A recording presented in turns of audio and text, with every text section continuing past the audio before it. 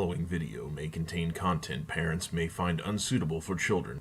Viewer discretion is advised. Hey everybody, it's Hunger again, and welcome to another Brawlhalla stream. It's exciting stuff right here. Alright, until people get here, I guess I'll play some ranked.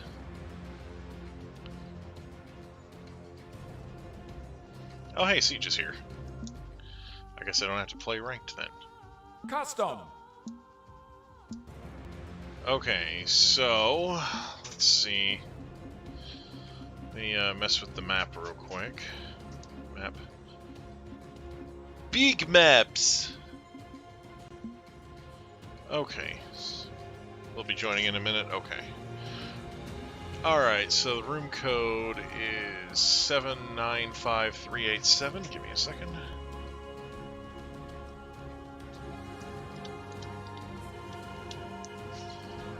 Alright.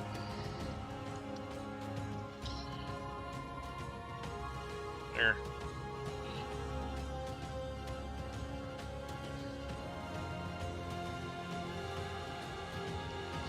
Alright.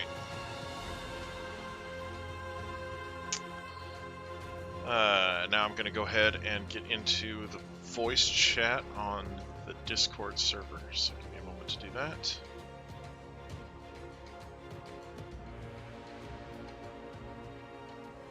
Let's see.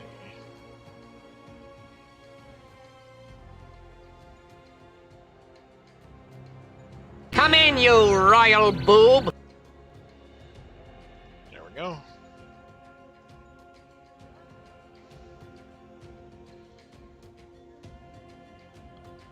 Alright.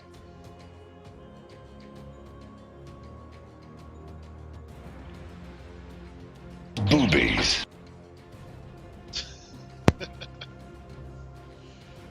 Alright.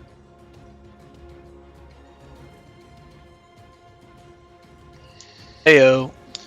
Hey. Let's see, who's available this week? It looks like we got Orion, Lucian, Taros, Koji, Val, Nyx, Kaya, Rayman, and then, oh, Mako. Cool. I want to give fair warning that my performance is going to be a little bit impaired due to the fact that I am both sleep deprived and I injured my precious gaming digit the other day. Oh no. Not the gaming digit. Yeah. I was pulling a box open and my hand slipped. What the heck? Oh, it's 387, not 383. What the heck am I doing? My hand slipped and went flying into the side of a table lamp that had a sharp edge. Gouged into my side of my thumb. Ow. And I was afraid I was going to have to get stitches. Yeah. Thankfully not. Okay. Orion. Had the weirdest thing happen to me on eBay the other day. I decided to, splurge and get an Xbox One X. And there was one dude who was selling it brand new, unused, $255. Wow. And I was like, wow, I might actually get a bargain. So I buy it. I click on it. I make sure the sale goes through and PayPal gives me the confirmation and everything. Right. So I go out to GameStop and I've got a couple of coupons and I take advantage of them. Go to a thrift store, find another awesome game for it for dirt cheap. I get home and I get a PayPal notice saying that the authorization did not go through. I email the seller saying, hey, there's been a problem here on my end. What do I do? And I never got a response. Yeah. So I figure, okay, well, I'll just, go to bed and the next morning this will get resolved. And indeed it did, in the weirdest way possible. I checked my eBay page, and the item itself was no longer for sale. Uh-huh. The seller themselves was no longer in existence on eBay, and I had a refund for the full amount. I see. So I have no flipping idea what the heck happened. Right. I'm glad I didn't get ripped off. But yeah. Yeah, probably the person made a mistake and listed it for the wrong amount or something, and then tried to get out of the sale by just deleting their account and shit. I don't know. Yeah, well, I have another theory. I mean, aside from Or they it were being someone scamming trying people. Yeah, either they were trying to scam people or something. But the thing is, the other items that the seller was selling was like ladies' handbags and stuff like that. Yeah, So I have this funny feeling that it was either all stolen goods, right. or some vengeful ex-girlfriend or ex-wife was selling it to get back at their Right. boyfriend, and they got caught in the act. Yeah. Right. But yeah.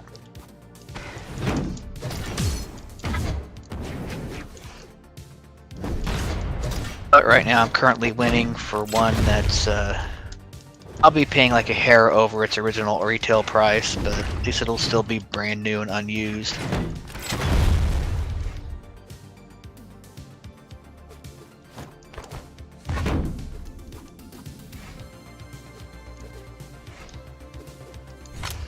Ah.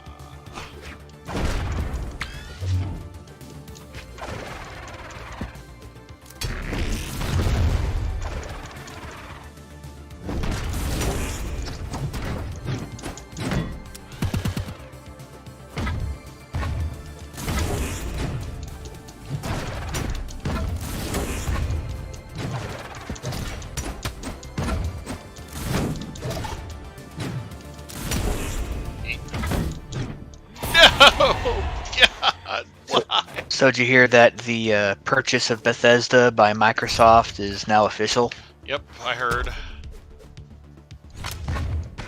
I think that the best thing Sony could possibly do, since they have such a close relationship with Atlas, to combat the the potential exclusivity of Elder Scrolls on Xbox, they should get From Software, or whichever team would do best for such a thing, from Atlas to do a reboot of Kingsfield.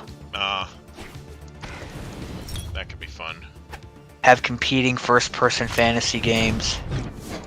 And considering that the overall engine that they've been using over at Bethesda for Elder Scrolls and Fallout's been falling apart for the past couple iterations. Yeah, like it was funny. I actually did a low-key secret Minecraft stream on the server before streaming Brawlhalla today. Because Minecraft updated and people weren't able to get into the realm, so I had to jump on an update. So I was streaming on Discord while I was updating, and then I just decided to jump in and play a little bit, and then a little bit turned into a few hours. So anyway. Oh. So anyway, so yeah, that all happened a while ago. But anyway, so we did that, and you know, the I can't believe that actually. Anyway, so, but somebody mentioned the buyout during that. Yeah, they were like, "Hey, did you hear about that?" And I was like, "Well, you know, with everything we know about how Minecraft has handled their game since Microsoft bought out Mojang, I'm sure that they'll do everything possible to make sure that the next Elder Scroll games has no glitches." You're just dripping with sarcasm. Yes, it's just because it took literally like close to probably. God, it was at least 15 minutes to get into Minecraft after this update, like, and not including the time it took to download the damn thing. Orion. Bloody hell. Like, because we all downloaded it, and then I'm sitting there trying to get in, and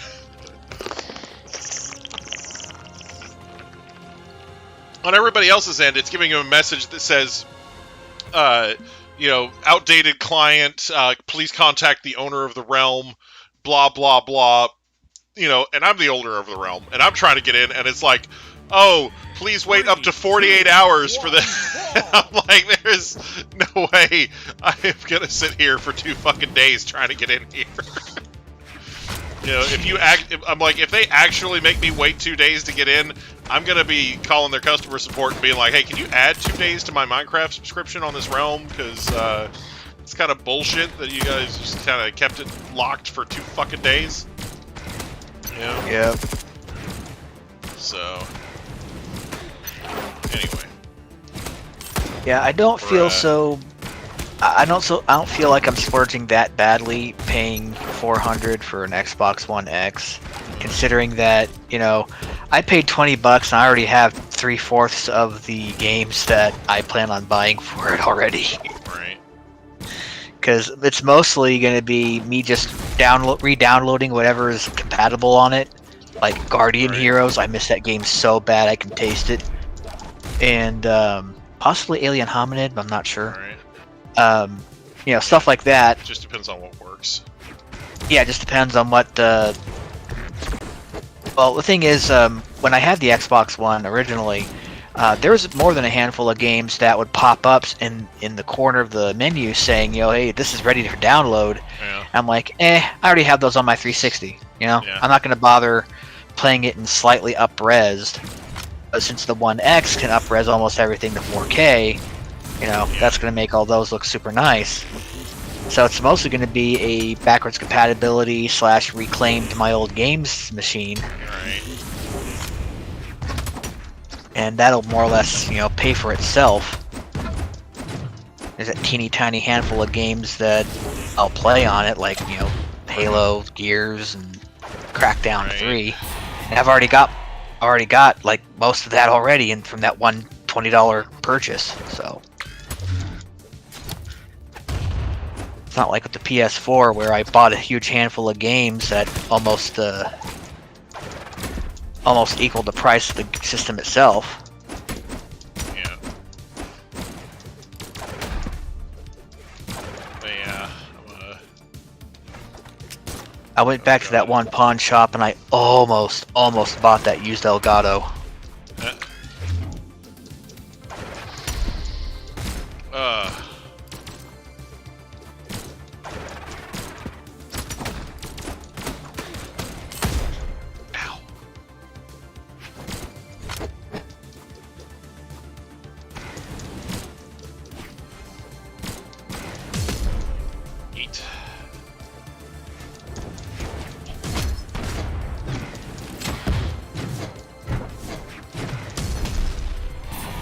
Yeah, take that, nerd.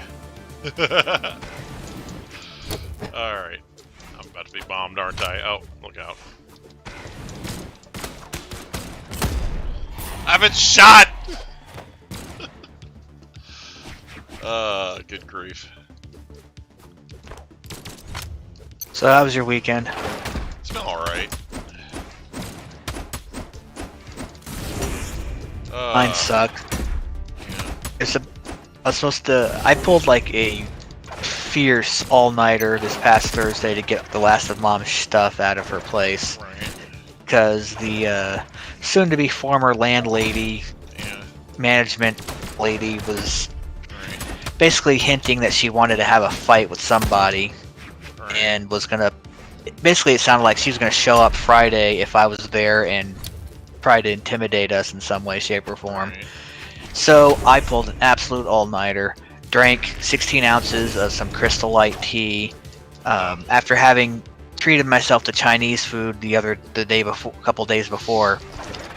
And when I got home, I was expecting to have myself a nice, relaxing 3-day weekend. Hey, Caps. Player 2 wins.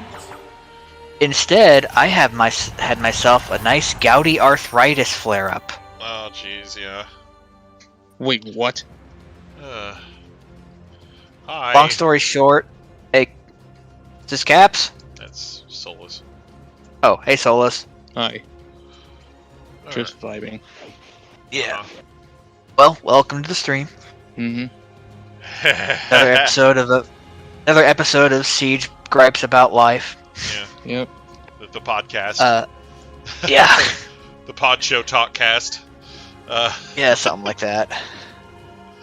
Long story short, I just finished moving my mom from a two-bedroom house to a one-bedroom apartment. Did an all-nighter this past Thursday night after having tea and Chinese food, and then I had myself a wonderful gout arthritis attack Friday through Saturday, and I was absolutely miserable. Wait, what kind of tea did you say it was? It was like this sugar-free Crystal Light tea mix that my mom drinks all the time. Okay. So when you said crystal, I thought you put meth in it just to stay awake. No. Just kidding. Man, you have it going on over there, Siege. Yeah, all sorts of fun. And by fun, I mean not fun at all. Yeah, I understand. So yeah, I was supposed to have a nice relaxing 3-day weekend. I ended up being in pain Friday through Saturday. And then Mother Dearest tells me that her new apartment complex is doing quarterly cleanliness and housekeeping inspection, so she wants me to get right back over there as soon as freaking possible because the place is lined up with boxes, looks like a warehouse, and she might get evicted immediately upon inspection. So I'm like, great. She's just moving in. Yeah, I don't know. Yeah. Surely they would make allowances for that. But... Yeah, hopefully, maybe, I don't know. But the way they operate in general, it seems almost skeezier than the people she was dealing with before. Yeah. And of course, my mom is acting like the closet racist she always has by saying she feels like a minority there. Hardly anybody seems to look like or sound like they speak English. Oh, man. Which isn't true because I know one of the neighbors down the hall is, or at least, if not down the hall, across the way is white. He's just quiet and keeps to himself. Right. There's a black couple that are extremely quiet, except at night when they're arguing. Was she really close to her neighbors at her old place? Like, she seemed like she was Nope. kind of a homebody. Like, so why does she care who she lives by now? I don't know. Like... She's said crap like that before. Well, okay, the one neighbor next door, he was a nut job. He scared the crap out of AT&T when they knocked on his door trying to solicit for new services, pulled a shotgun on them, and nobody has gone to his door ever since. Right. Last I heard, he was trying to weasel a new fence out of the new landlord when the old one sold it and died shortly afterwards. Yeah. Same old Mysterious landlord. circumstances. No, I'm just kidding. Oh no, he was a known drunk and alcoholic. Uh-huh. So it wasn't a mysterious roundhouse kick related death or anything? No, thankfully it wasn't. Unfortunately, it wasn't vengeance by Chuck Norris or anything. Right, yeah.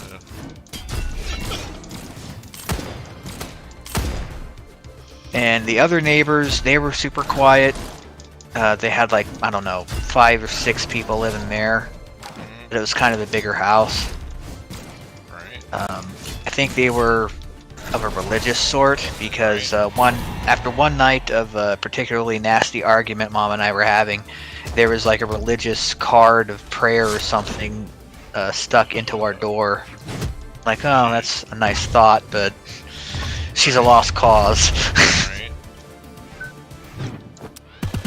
I've already got my reservations, so Right, yeah, well, you know. chosen my deity of choice. Yeah, you know, if they want to come over and perform an exorcism or something. Oh, I wish them all the luck in the world with that. I know, right? But yeah. Don't go proselytizing to me. I already have my reservation in Robot Hell. Oh, man. Dang it. I was trying to get a hold of the horn of urgency, but it didn't work out. Dang it.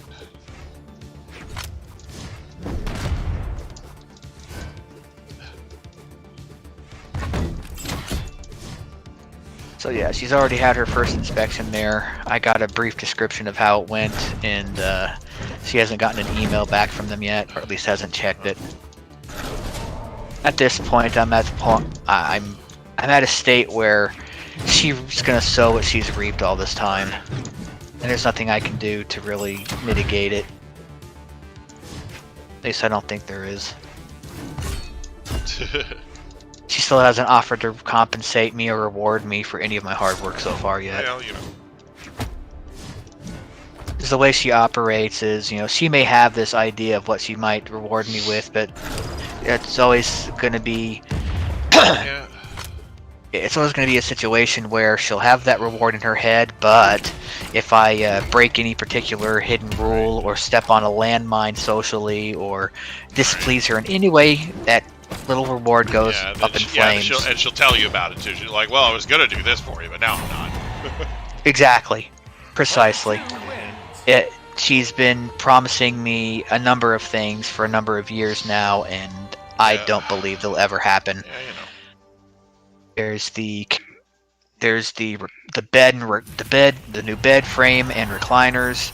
There's the phone. There's the glasses. There's, you know, it's a laundry list at this point.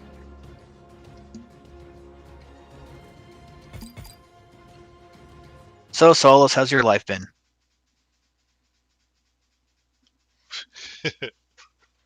Lurk. Yeah, Looks like he's 3, gone. 2, 1, brawl! Alright. I'll just be over here.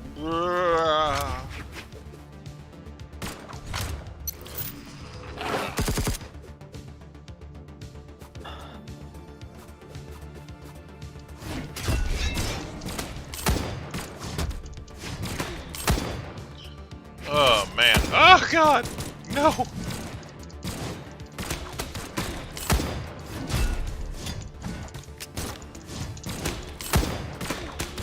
Snap.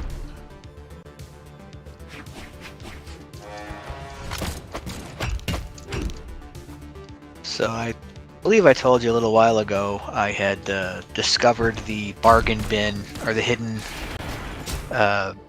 clearance rack for games at Walmart. Case in point for how badly the Bethesda engine has fallen. The most recent time I was there, they had like 30 unsold copies of Fallout 76. Oh, wow. And 2/3 of them were like special editions with extra content. Wow. Hey, I got Streets of Rage 4 for dirt cheap. Nice.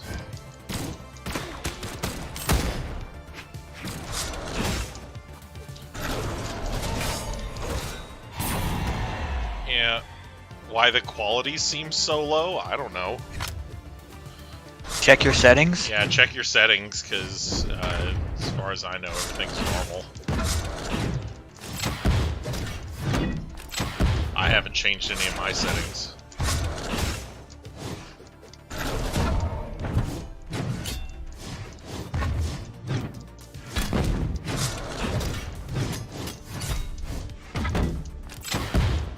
Oh, God.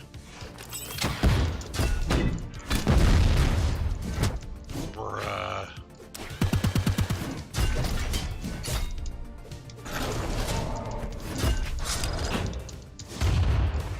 Well, there went that.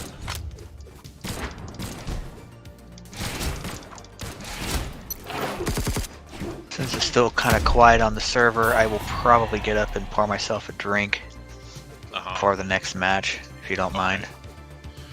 Okay. I know I should have done that beforehand, but Well, hey, you know. Haha!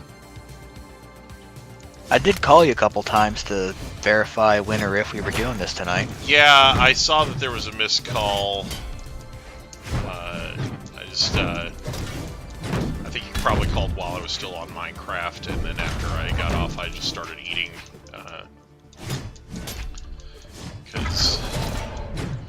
So I ate, and then worked on the thumbnail for this. And then, yeah, I found some really cool stuff for the thumbnail, including the little animated GIF that I put down in the bottom corner there.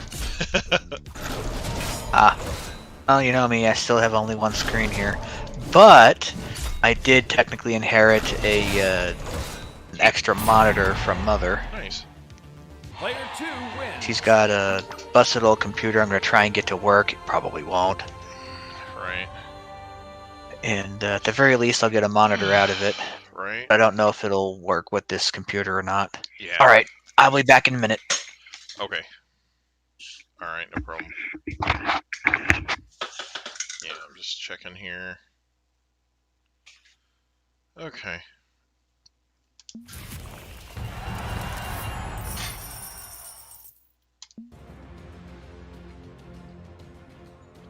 Alright, there we go.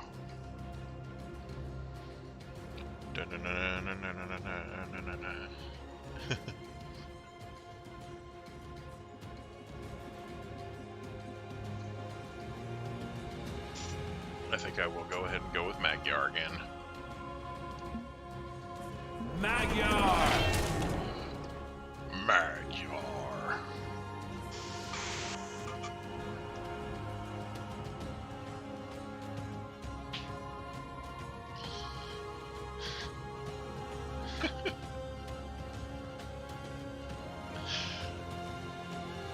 Seems like you guys have just started playing Brawlhalla. Go look through my look through my history of live streams. I've been streaming this for months. I'm just a filthy casual. I only stream once a week. I play for a few hours. You know, I'm not trying to be the best at the game. I'm not one of those guys that, you know, gets super butthurt every time I lose and is ultra competitive. I'm just out here to play and have fun. I'm playing a game. Like, I choose to treat this as a game and not as a way of life. So, I know for some people that's blasphemy, but, you know, I'm not Ninja. I don't sit there and, you know, I don't sit there and only find worth in a game through victory, you know?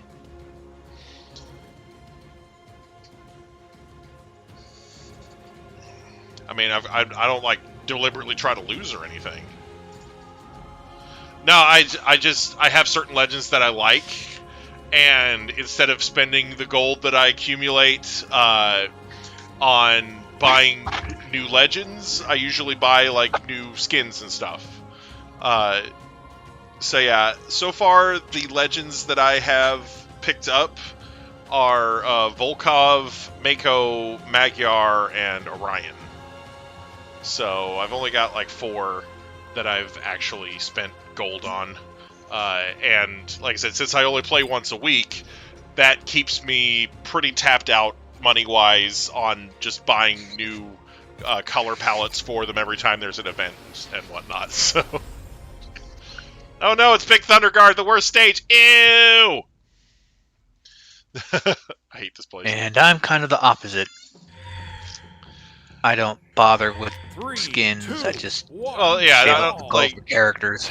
yeah, like it's I don't buy skins because those cost, like, you know, real money, but I buy I use in-game currency to buy color palettes. Oh yeah, that's what I meant. Yeah. Color palettes, skins, tomato. Yeah, well, I mean, that's how it is in my head. right, Anyway. yeah, it's just the difference is that the color palette just changes the colors and the skins change the way the character looks. Not necessarily the way it performs, but the way it looks. Right. I do have a skin for Orion, and one for Bairdvar. I got the free Bodvar skin that turns him into Bairdvar. Oh yeah, I got that too. And then I've got a Orion skin that I got from a friend. So Wasn't it Shadows? Yeah, JD of Shadows hooked me up with a really cool looking Orion skin that I use constantly. That's why I bought Orion in the first place, was because he hooked me up with that skin. So Nice. And it's a really nice looking skin, and it's one that not everybody has. You know, this color palette is also a gift from JD Shadows. He hooked me up with this thing that unlocked this color palette for all the characters. And yeah, and so when Magyar was introduced, it unlocked it for him too. You know, because he gave it to me before Magyar came out. But it's still, because it's a unlock for every character, it automatically added this color palette to Magyar, and it looks really good on him. Like, Nice. The one you're using now? yeah.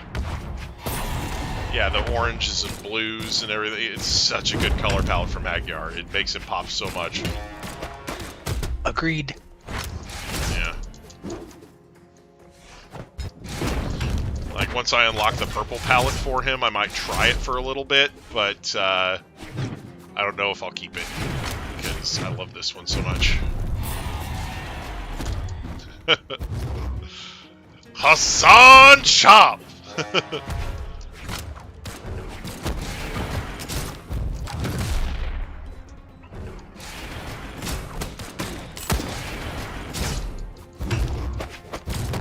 Oh god.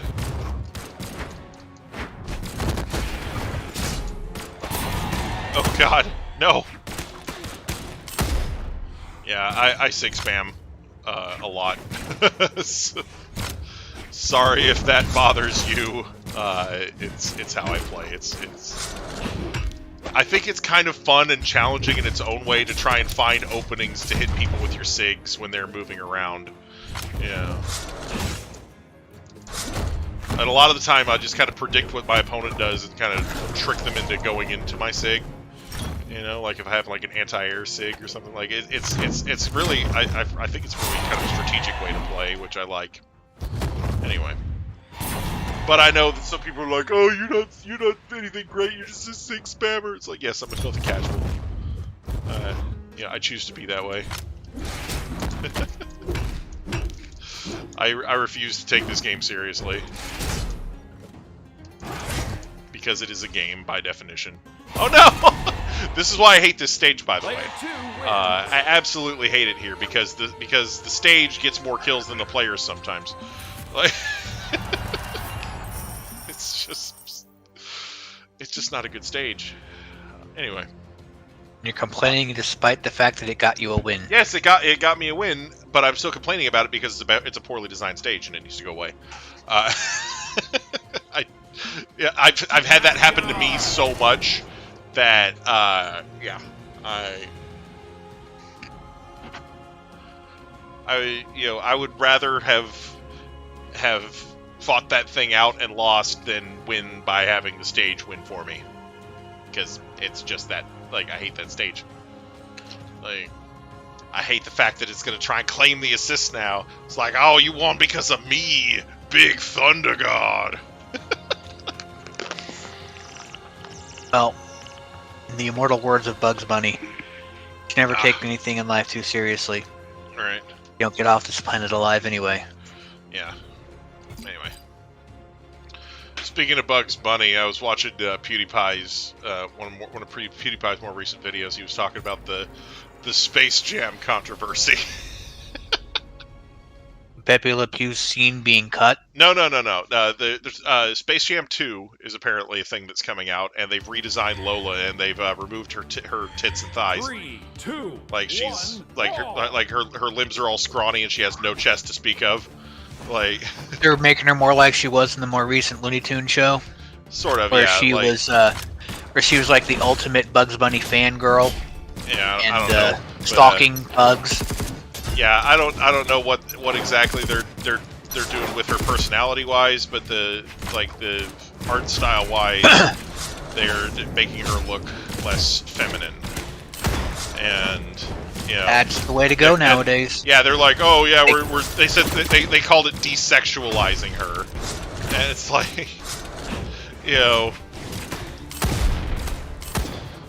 it's just you know, more 21st century lunacy. right. The thing is, PewDiePie made a really good point about it. What he was saying is, you know, they said he was saying, does being sexy and feminine equal being less strong or capable?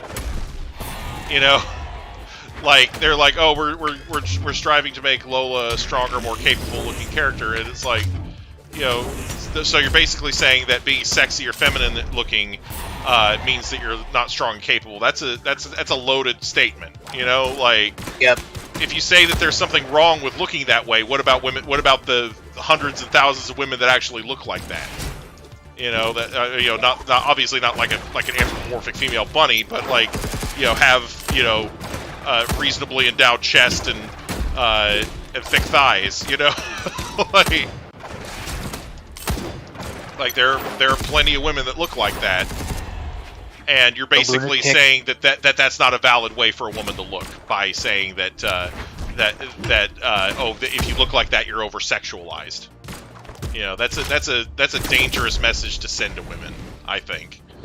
You know, you want to talk about cancel culture. It's like, well, you know, that's, you know, eventually you're just going to wind up. Oh, you're Japanese. All right, cool. What is this delivery doing? Oh no! I think you might have picked out the wrong word there. Well, the world's gone crazy and the lunatics are running the asylum. Right. And there's a little limerick I've come up with. To the insane, the sane are insane. The insane, the sane are insane. Yeah. Say that 3 times fast without sounding like you're insane. Right.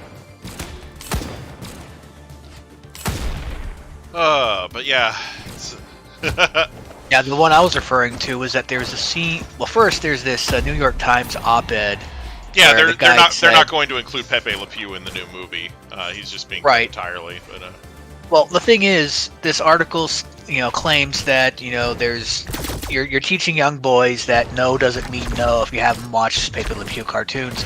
But the thing is, there was numerous cartoons in which the tables were turned and the cat got her revenge on him, and he learns his lesson. Right. And there was going to be such a scene in Space Jam 2, but they decided to cut that out. Right. So, hey, if there weren't already enough reasons for me to skip Space Jam 2, that's yet another one. My first reason for skipping Space Jam 2 is the reason I skipped Space Jam 1. Because the Looney Tunes do not get along very well. Not long enough to play a friggin' basketball game to save their lives. Right. Mel Blanc, I think it was Mel Blanc or one of the guys who voiced most of the, or at least a few of the, it was like Friz Fiengler or someone back when the first Space Jam movie came out, and he said that, you know, Space Jam would be like a 5-minute short and to be over with. Yeah. And, you know, he crapped all over the movie, and I was dragged to go see it. Yeah. By some friends who just loved it. I mean, if you look at it canonically, though, yeah, like, you know, I mean, yeah, maybe they would all band together against a common enemy, but yeah, I feel like they would have problems getting along, you know? Like, there are a lot of characters in there that just don't mesh well, and I think that that over the years, the Looney Tunes have sort of devolved into these kinder, gentler versions of themselves, you know? I mean, Bugs Bunny used to say repeatedly in his cartoons, "Ain't I a stinker?" You know? Like, and he's not a stinker anymore. You're the Knicks? Alright, cool. Mickey Mouse used to be a little turd. Yeah. But, you know, Disney did the same thing. They sugared him up. Yeah. Like, I don't know what it is with making these characters that are kind of violent anti-heroes and then taking them and making them all sweet and kind. They kind of did that. Removed. I was going to say they kind of did that to the protagonist in Rising of the Shield Hero when they turned it from a light novel into an anime, because he is way more violent in the books than he is in the anime. Like, his personality is very dark in the books compared to what it is in the anime. They really sugar-coated him for the anime, and they completely changed some very important scenes to make him kinder and gentler and more merciful, you know? Damn. What stuff? What do I mean? About what? Post competition or something? I am. There's a room code and everything. Like this is what we do every Tuesday. We play free for alls. All right. Sorry, I was getting caught up reading the chat. I almost died. Alright, I'm too busy getting slaughtered by 3 different people at once. Right, well, you know. Okay. Okay, I don't know how you enjoy playing that way, seriously. Wow. So I'm a masochist? No, the Knicks. Like, seriously. Like, that's not the way I enjoy playing, and I really have trouble understanding people who do enjoy playing that way. Like, you know, knock somebody off by any means necessary and then do whatever you can to force them down while they don't have that much damage on them. That's kind of cringe. Not gonna lie. Like, I get that a lot of people play like that at high levels, but it doesn't work on high level players anyway. So I don't know.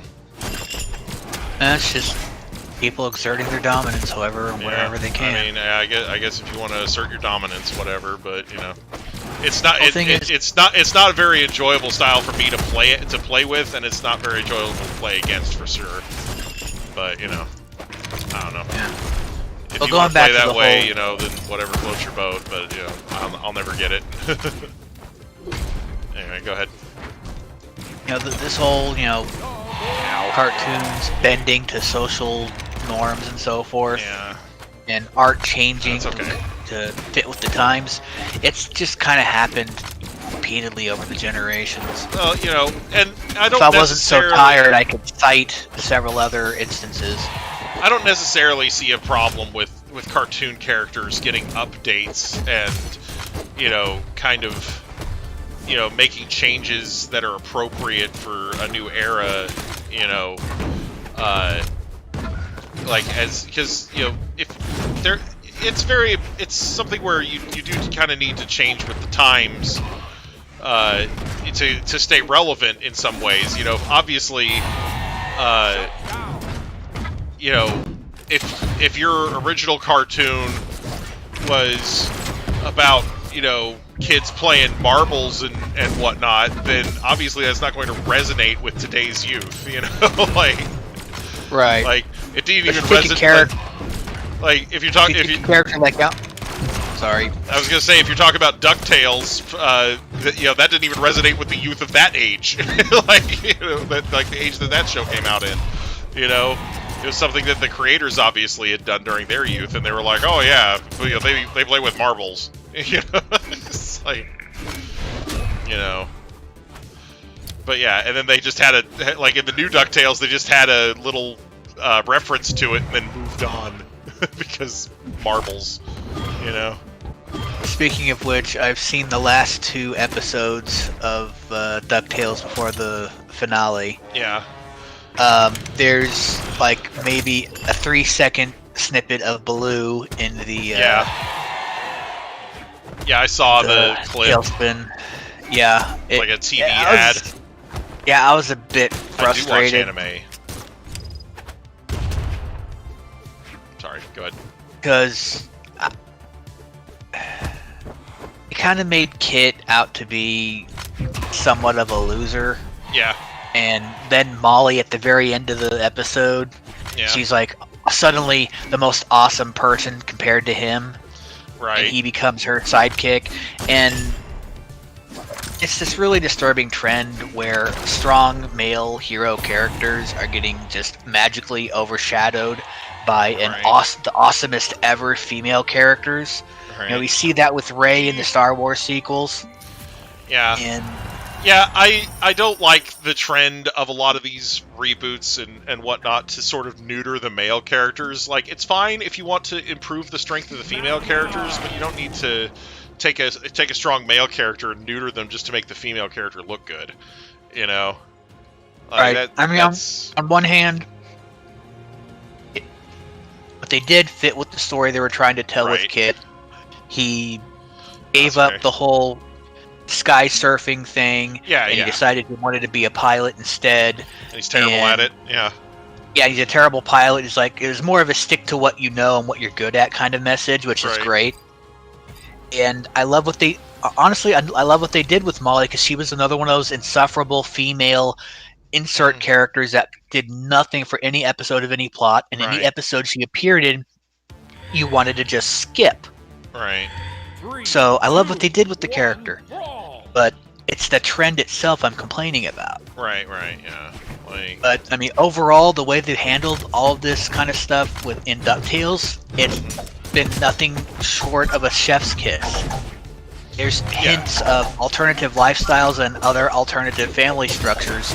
I'm not just referring to all the aunts and uncles here. Right. With Violet and Lena living together under the same roof with 2 dads, and Webby giving a kiss on the cheek to one of them in the episode How Santa Stole Christmas. And a die. Amazing. So, you know, I give props for it being a decent representation of what they're trying to go for. Yeah, no, like... And without it being overbearing. Yeah, DuckTales has been really good. The She-Ra reboot was a bit much, with how much they put the SJW culture on full blast in there. And I'm getting yoinked around again. Okay. But, yeah. It's,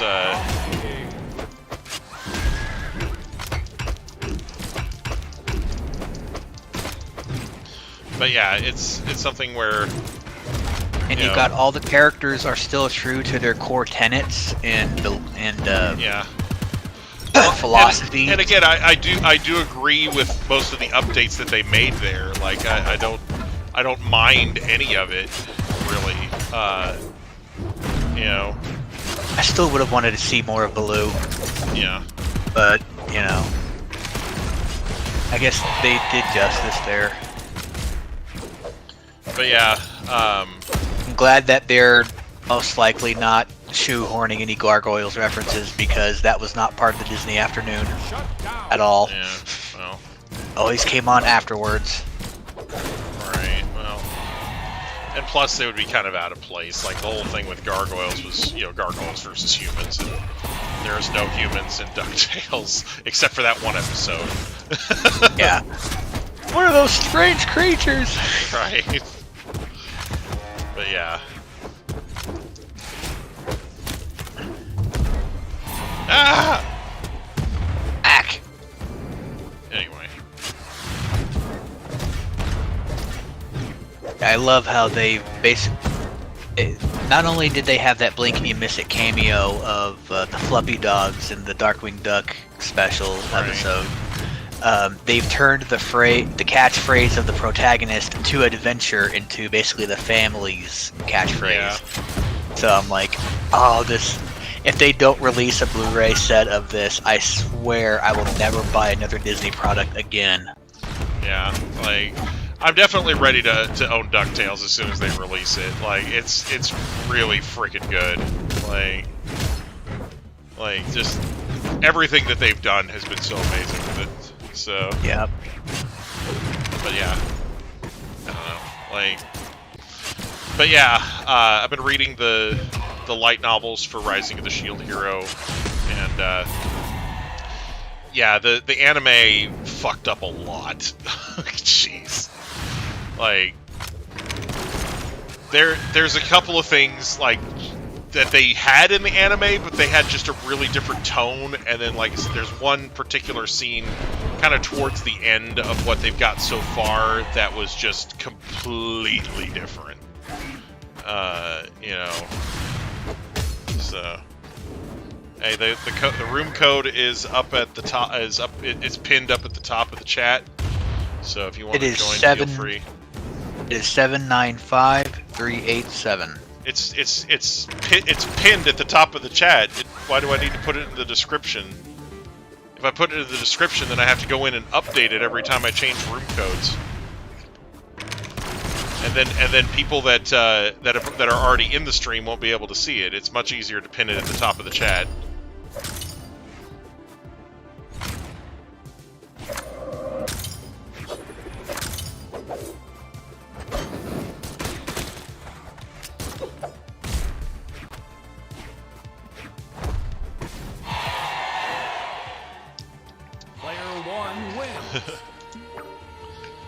Yeah.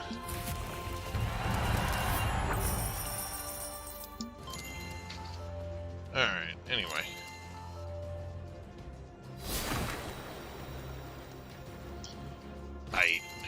Oh. We lost one. You're 12? Alright, no problem.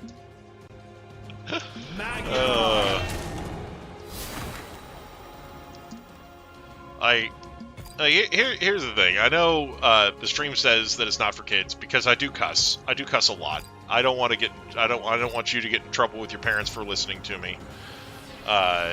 You know. I don't necessarily have a problem with kids, as long as they aren't acting like brats.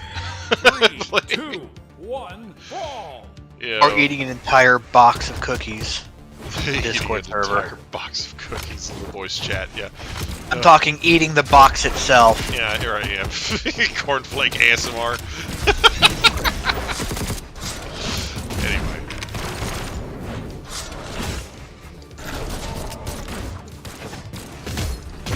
Oh god. Oh god, oh god, oh god. I mean, I swear, it sounded like that one dude was trying to eat the plastic cellophane thing, carton, whatever. The entire sleeve.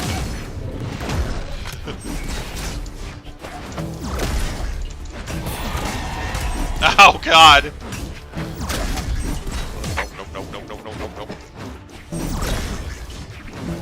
I don't know, Hunger. I mean, maybe if you get sick of these ultra tryhards making the game unfun for everybody, you might specify it as a casual match only type of thing. Yeah, no, it's one of those. You know, I enjoy playing with people of high skill levels. It's just that, you know, when their way of winning is by, you know, forcing somebody off by any means necessary, and then like, you know, doggedly chasing them and trying to knock them down when they have barely any health. It's like, you know, that person barely gets to play. Like, you know, so it's like I do enjoy playing with people with high skill levels, but that's exactly why I don't want to get like knocked out when I have like no damage.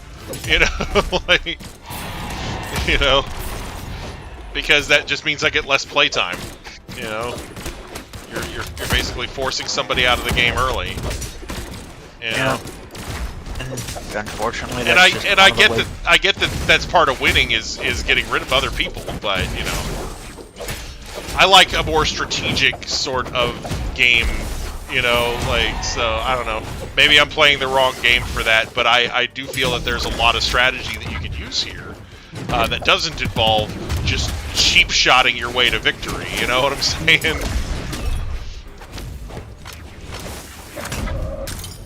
Like.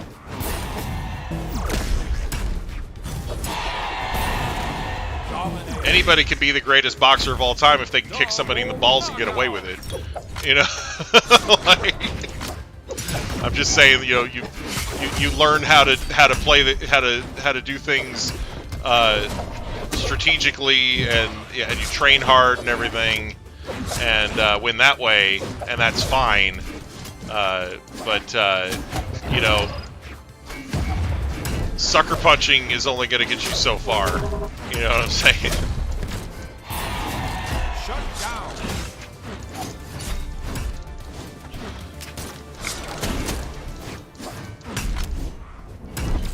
I don't know. Like I said, I feel like those tactics don't tend to work on higher level players, so it's really just a way for higher level players to bully players that have less skill in the game. You know, I've never said I'm the best player in the game or anything. It's, you know, I'm just out here trying to vibe and have a good time. Yeah. But, these you know. people are making it hard to have a good time, and Yeah, no, I'm actually Stab having an us from okay the time ground right now. Like you know, you know, once I said something about it, the guy kind of cooled it off on that a little bit. But you know, like I said, I don't necessarily. I'm not gonna whine if I don't win every match. I never expect to. It's just that you know, I want to have a competitive match that's not, you know, just one or two people like cheap shotting everybody. You know? But yeah, like I said, it's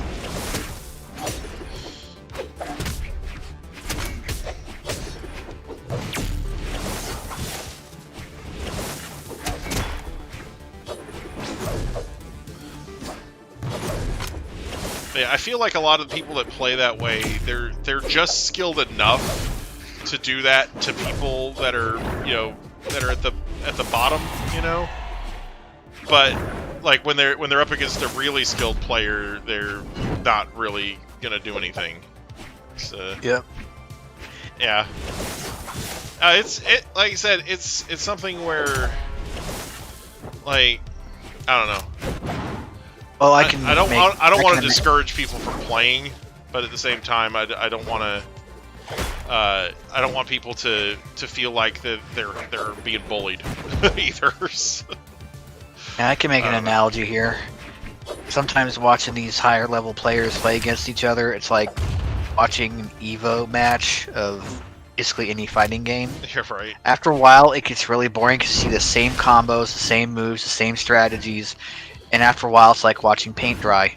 Yeah, I don't know. It's real repetitive until somebody screws up and the other one capitalizes on it, and it's over. I don't know. I mean, it can be fun for a little while, but still. Right. I don't know. I feel like that's one of the things I love about this free-for-all mode is that it's hard to execute the same repetitive strategies over and over again when you've got so many bodies flailing around. Because it's easy for somebody else to kind of jump in and interrupt things and whatnot. So that's one of the reasons I don't like 1v1 or ranked play that much. Like. And of course, the nature of party brawlers like this adds to that. Right, yeah, like, if I was, like, a competitive tryhard or whatnot, I would just be playing ranked the whole stream, and be like, oh, watch me play ranked, everybody, and see how great I am, but I'm not that guy, I want to have fun, and, and this is the type of thing that I think is really entertaining, Yeah, nice win. GG. Yeah. I might have been a competitive gamer if I was born maybe 10 or 20 years earlier than I was. Yeah. And I could have, fully experienced and enjoyed the arcade era. Right. Because you could go to your local arcade and plunk in some quarters, get a high score, insert your initials, and assuming that arcade operator didn't turn off the machines overnight, you would be able to go back there like the next week and see if you still dominated that high score for that small region. Right. And when Xbox Live came around, they tried to replicate that, but it was going to be more towards huge regions. So that if you were at the top of the leaderboard, you were at the top of like hundreds of thousands. Right. And there was very little fun in that. Well, and like Japanese arcades, a lot of the games that they have games at the arcades there, they're like connected to the internet and stuff. So the high scores are like national, Yeah. And that's really cool. Like, because their arcade industry, as far as I know, hasn't died out completely like the way ours has. Like, I mean, and ours isn't completely gone either, but it's certainly not as robust as it used to be. They were on a rapid decline just before COVID hit, and they are getting decimated now because of it. Sure. Yeah, because nobody's going out to Chuck E. Cheese and whatnot during this crap. Oh, I'm talking about Japanese arcades. They were declining. Yeah, they're starting to decline largely from internal,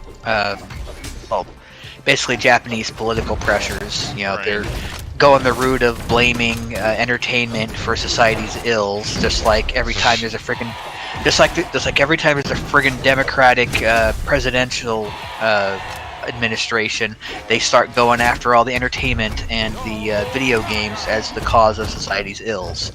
I don't know, like. And there's already a friggin' I think another friggin' attempt. Okay, the 1992 ESRB creating hearings. When was that done? Clinton administration, Democrat. The lawsuit of the governor against the video games industry to tax the M-rated games happened during the Obama era. Right, but that was something that Arnold Schwarzenegger was heading up. Like, you can't blame something that's being done at the state level by a governor on the president. Like, right, but they get what's the word I'm looking for? They get emboldened by a Democrat president to pull that kind of garbage. I don't know. I think it, I've yeah. watched this pattern happen every 8 Yeah. years. I don't know. It's something that It's gonna be a full-on rant in my podcast once I finally get it off the friggin' ground. yeah. But yeah, I don't know. It's something that I feel like both sides have targeted video games. I don't think it's specifically one side of the aisle that has it, that really has it out for them. I think it's just the problem with, it's really the problem with Congress in general, that we don't have term limits on these fuckers, and they all sit there for fucking decades on end. So we end up with a bunch of fucking out-of-touch old people running shit who have no idea what society's like because they haven't lived in real society for fucking 40 years. You know? Yeah, but then you got absolute loon jobs like Alexandria Ocasio-Chavez, who wants to kill Chavez the way she acts, wanting to kill all of our oil industry jobs and have us all live in the friggin' Stone Age. I'm sorry, Yeah. I don't know what her platform world's is or whatever, but you know, as far as oil industry jobs, you know, You got 52,000 plus families that are now destitute because of the Keystone Pipeline being canceled. right. The thing And they make it is, sound like they're saving the planet when all they're doing is driving the price of production and transportation of every single good that we purchase, make, buy, or sell in the process. I don't know about that. Like, it's something where, with the Keystone Pipeline, there were a lot of reasons to not let it go, like the Trump administration did, and they basically ignored all of the negatives and went through with it anyway. And so it's one of those, they really. A lot of the first part of Biden's administration has just been reversing dumb shit Trump did. So, like... Oh, so it's good for him to try and reverse everything the previous administration did, but it wasn't good for Trump to do it? I mean, Trump was just trying to reverse everything without even looking at what was good and what was bad. He was literally trying to undo everything Obama did. He even tried to unpardon some of the turkeys that Obama pardoned during Thanksgiving. That I'll have to admit is hilarious and petty ridiculous. as fuck. Like, he literally wanted to try and undo everything Obama did. Like, that was his agenda. Like, Biden at least is looking at some of the stuff that Trump did and saying, okay, that's fine, and then the stuff that needs to be fixed, he's fixing. But, like, Trump was literally, sorry. I don't necessarily enjoy talking about politics, but I'm just saying there's. Oh, you can thank him for the $2.50 a gallon gas, then. Yeah, I mean, the thing is, gas. The reason gas went down was because of the pandemic, because nobody was going anywhere. That didn't have anything to do with Trump or the Keystone Pipeline. It went down to $1 because demand dropped like a rock. Because when everybody was supposed to be quarantining and self-isolating, nobody was going anywhere, and so demand for gas plummeted. It wasn't because supply suddenly increased because of the Keystone Pipeline. It's because people weren't going anywhere because they were stuck in their houses. So gas has been slowly creeping up since the beginning of the pandemic, when it plummeted like a rock anyway. So you can't say that the gas is only increasing because of the Keystone Pipeline. And the U.S. honestly has been, just stockpiling gas for the most part. They haven't really, there was actually some concern that we had too much gas stockpiled and it was going to basically not be usable anymore because we had too much gas and nobody was using it. So it didn't make any sense to keep drilling at the Keystone Pipeline and pumping more gas when nobody needed it. The oil isn't just for fuel; it's for creating general goods. I know oil is used for other things besides fuel, but the thing is, the fact still remains that when you're manufacturing stuff with oil, gasoline is one of those things that ends up being manufactured, and we had, you know, a lot of barrels just kind of sitting there because that's the number one thing that we're making with it, you know. So yeah, you know, I don't think that we necessarily need the Keystone Pipeline, especially with this push towards electric vehicles and things like that. I would much rather see more electric vehicles than see more E85 ethanol vehicles. I'd rather see cold fusion powered vehicles. You know, if the technology develops and becomes stable, then yeah. But anyway. Well, Zemeckis said it. It must be true. Yeah. Well. Just like the hoverboards and flying vehicles. Yeah. Right. Flux capacitors. But you know, like I said, realistically, when you're talking about vehicles, there's just, you know, when you're talking about E85 ethanol causes more problems than it solves. Oh yeah, you turn your car into a Dorito mobile. No, it's not just the problems with the car itself. It's what it does to the supply chain. Because a lot of people,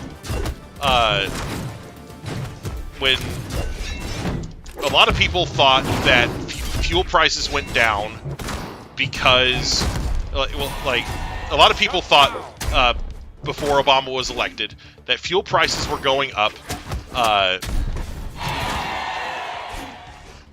because of various other things. Like they blamed.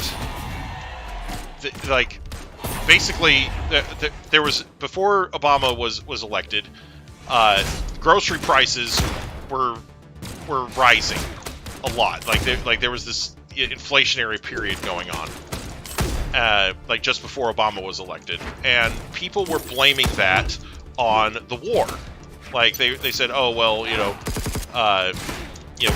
we got this war going on. And it's driving up fuel prices, and so the fuel prices going up is causing the Player 2 wins. GG. The fuel, and so they thought that the rising fuel prices, because gas was like almost $4 a gallon at the time, were the result of were what was causing the prices to rise at the grocery store. They said, oh well, if they said it just costs more to transport everything, so that's what's causing the prices to go up. But that's not true at all. What was really causing prices to rise at the grocery store was the newly started production of E85 ethanol. Because when they started producing E85 ethanol, they needed corn for that. It didn't even have to be high quality corn; it just had to be corn. So a lot of people, because the demand for corn suddenly increased, a lot of people that were growing other crops suddenly switched to corn, because now there's more demand for it and you get a better price for it, even if it's bad corn, right? So they could just grow whatever kind of corn they wanted, and it could be shitty, and they could still sell it and make a profit, because it was for ethanol. So a lot of farms converted over to corn. And because suddenly there's all this stuff that's not being grown as much, that stuff suddenly became more expensive. So all the produce and whatnot that was suddenly changed over to corn suddenly got more expensive. And then also it became more expensive to feed the animals to get slaughtered. Right, exactly. Because animal feed prices are heavily tied to corn. You saw animal feed prices going up, and that made the prices of the animal byproducts like meat go up as well. So just having one crop that's so important to every other, basically just that one crop corn going up in price because of E85 ethanol forced everything else to go up as well. And yep, I remember giving up. Yeah. I remember giving up breakfast cereal for a while. Right. Those prices really haven't recovered all that much. You know, like, you know, and it's funny because Oh well, the thing is, any company's not going to want to let go of a price hike. right, but again, I'll bet that even when the supply chain is completely normalized, they'll keep the prices high because hey, we'll just skim off with all that profit. well, the thing is, when you talk about when you talk about stuff like that, the market is very competitive when it comes to stuff like that. So if you can move several hundred more gallons of milk by being a few cents cheaper than your opponent, you're going to. So the market will automatically sort of drift towards the lower prices. You know, like if you can maintain a lower margin to get one over on your opponent and make more profit, then you do it. You know, so because the dairy section is not a monopoly, and because a lot of these other companies aren't monopolies, then yeah, the price hikes won't necessarily stay there. They'll keep going down as long as they're able to do it cheap enough. You know, so it really does depend on what their costs are initially, as to how much they end up charging when the product's on the shelf. So, you know, now things that are more monopolized, like for example chicken, there's like basically 4 main companies that control like all the chicken. You know, it becomes harder to well, somebody's AFK. Anyway. If you're a complete and total distrust of if you're a complete and total cynic like me, I would never rule out the possibility of a 4-way monopolist or oligopolistic handshake that would conspire to keep prices high for the sake of mutual profits. And again, it's something that you know, most companies, like if something like that is going on, it would become apparent really quickly, because people are greedy, like you said. They'll keep prices high, and you know, prices for a lot of foods have fallen since that point. You know. Now, weren't you saying something about a huge dairy surplus or something? There was, at least at one point, there was a huge dairy surplus where we had tons of cheese that was just sitting there, and prices weren't going down for some reason, which I thought was really weird, because normally when you have something like that, where you have people just sitting on, you know, hundreds and thousands of pounds of cheese, you're going to try and lower your prices to move that cheese, but I wasn't really seeing a lot of movement in cheese prices, and I thought that was really odd. I don't know. But yeah, so I don't know if that shortage is over, or if they just decided to ride it out, and you know. But yeah, it was kind of weird to me, I thought. And where did you hear about that? I read an article on it somewhere. I get lots of different art, like the website that I use as my homepage. I get lots of different articles on it. You know, so I'll sometimes, you know, just if I see a headline that looks like it looks interesting, I'll read up on it.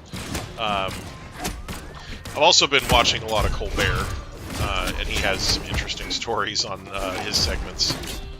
A lot of people think he does nothing but badmouth Trump, but he does have some very informative segments on other things as well.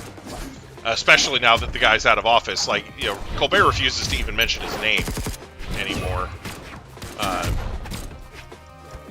He said he wouldn't mention the guy's name on television again until he recognized the results of the election. So he's been sticking to that. He refers to him as the former president, or yeah, like he literally won't say the T word. They censor it out because he knows that man thrives on having his name mentioned. Yeah. So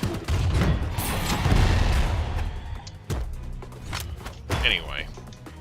Well, Trump himself may be done at the Supreme Court, but the rest of the states aren't. Be interesting to see how the last of those play through, Yeah. and if any of those prophecies ring true. I don't think anything will. Like, it's funny,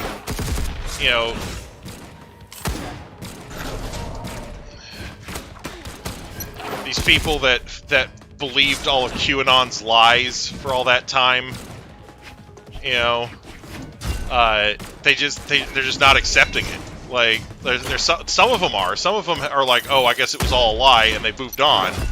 But some of them are still stubbornly, like, there were a bunch of people who thought that, oh, well, maybe by Inauguration Day they meant March 4th, because that used to be the Inauguration Day, in, like, they changed it in, like, the 1930s. It's like, well, March 4th came and went, nothing happened. Sorry, guys, give it up. Your little baby-eating lizard man fantasy is fake. I didn't hear the lizard man thing. Yeah, that was like they were saying that that's why they were eating babies, because they're lizard man from outer space.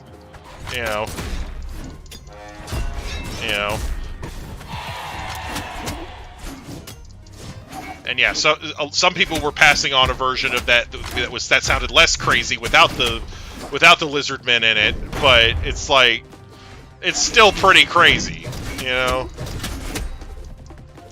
That's some David Icke level stuff. Yeah, it's like literally just absolutely tutti frutti crazy, But I mean, my favorite one was that Donald Trump's dad or granddad was friends with Nikola Tesla, and the way that they found a way to win the election in the first place was through a time-traveling or time-viewing device that Tesla had written the patent for and all that, but you couldn't make it because of the technology of his time. Yeah.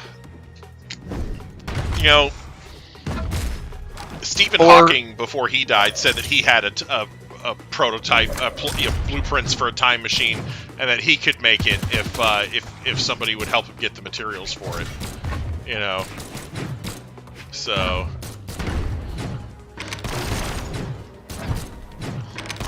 It's kind of funny. When asked who he would like to go back in time and visit, he said Marilyn Monroe.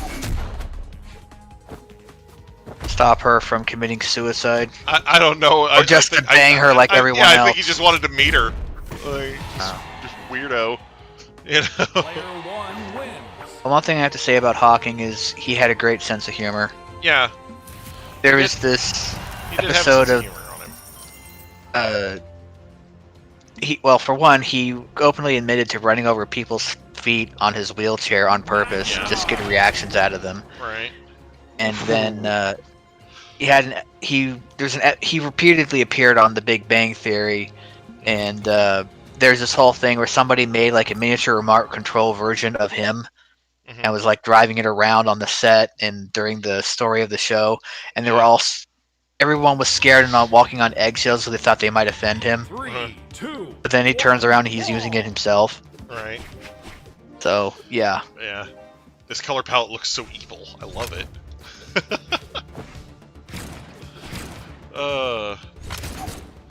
It's so evil. Did you hear the Q thing about who Q actually could be? Oh. Are they? Could it be somebody from Russia who's trying to stir up the populace? Because no, that was my guess. No, the one that I heard of is that it was actually Bobby Kennedy had not died in the plane crash years ago. Oh, please. I'm like, that's the most plausible of all of it. I mean, it really is. The most plausible conspiracy of all time is Jeffrey Epstein didn't kill himself. Okay. And he's not dead either. You should look up the term Rommel death. God. I don't know if I don't know if I buy that, but I definitely don't think he killed himself in that cell. That's for sure. Like, well, I don't think he killed himself, and I don't think he's actually dead either. Yeah, because there's supposedly this thing called a Rommel death, where they tell everybody that you're dead, but you're actually in like super duper secret. What was it called? Super duper witness protection, and you are singing like a jaybird. Yeah. And incriminating people left and right, and you're basically a prisoner living underground. Yeah. For the rest of your life, and yeah, that I want to believe that one. If the thing because is, of the legions of pedophiles, child rapists, and other criminals that he could be incriminating right now. Right, that's the thing. If he really was incriminating all these people, don't you think that they would be having their own problems right now? Like that's kind of my thought. Is what if? How do you know they're not? Because like the people that he would be incriminating would be relatively high-profile people. Like if you look at his friends, he had he was friends with the Annoying Orange, the Clintons. Like he's got some very high-profile friends that he's associated with, and it would be like they're not the type of people that are just going to vanish into the night without an explanation. You know what I'm saying? Like, yeah, he was a mover and a shaker. His acquaintances he didn't have a lot of acquaintances who were just nobodies. You know what I'm saying? So I don't think I buy that he's given up all this info on people that he's associated with, considering who he's associated with. If he was giving up all this info, then I would hope that we would see some sort of action being taken against them. But yeah, I don't know. It's just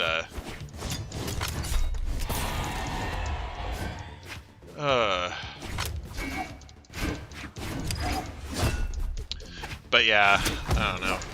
Like I think that when you start talking about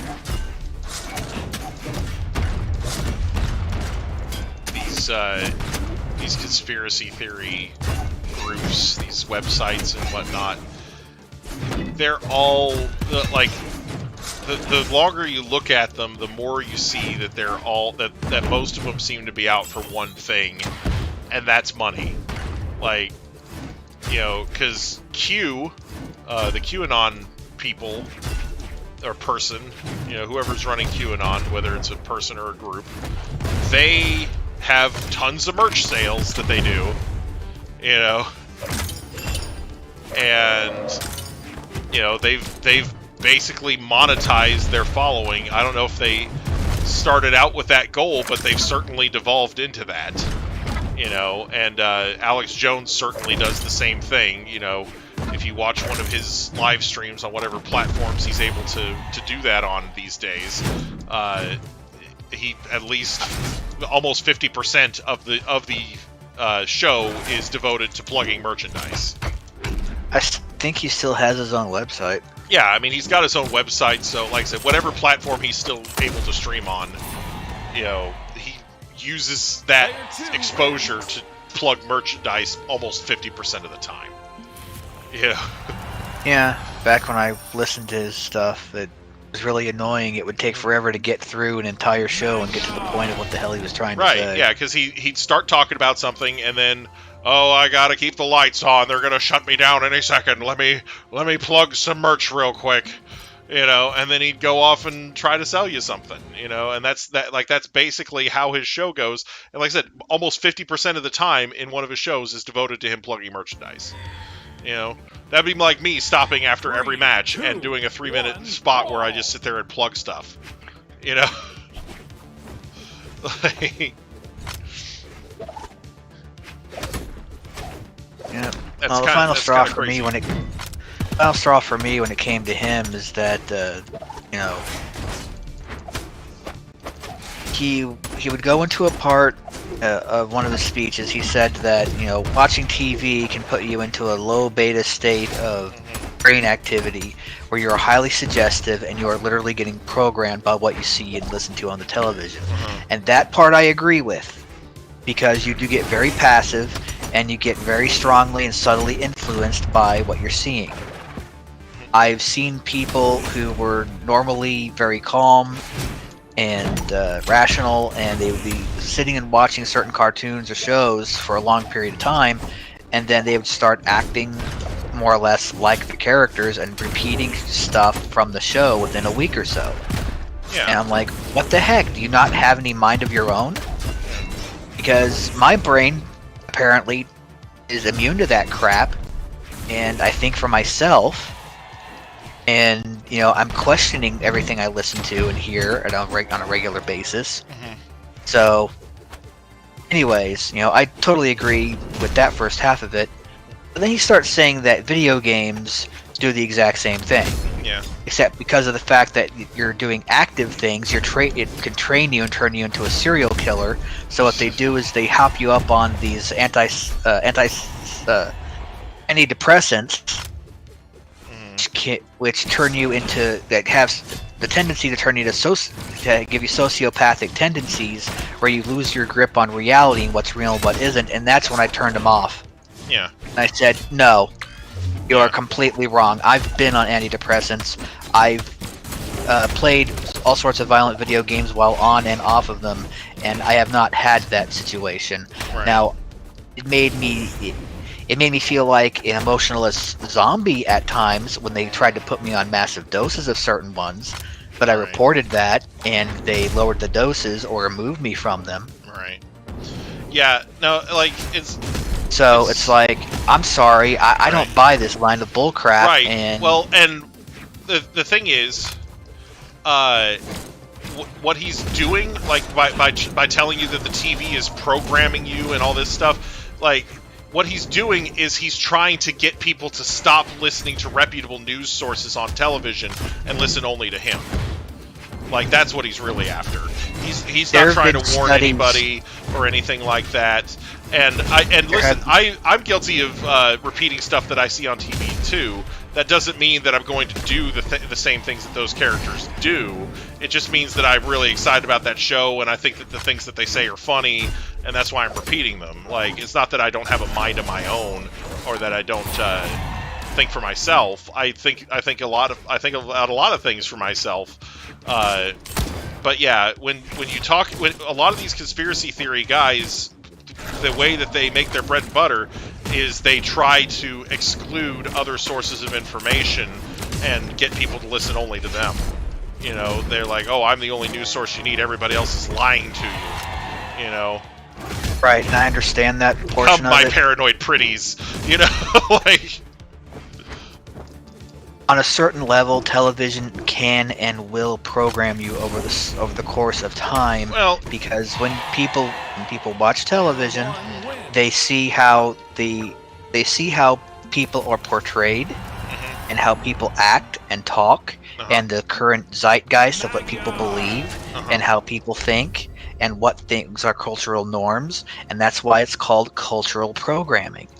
Because they know that the parents of this nation have abdicated their responsibilities as parents and the guidestones of our children a long time ago, and so they plop their kids in front of the TV, and their kids learn how to act, behave, and think by what they watch.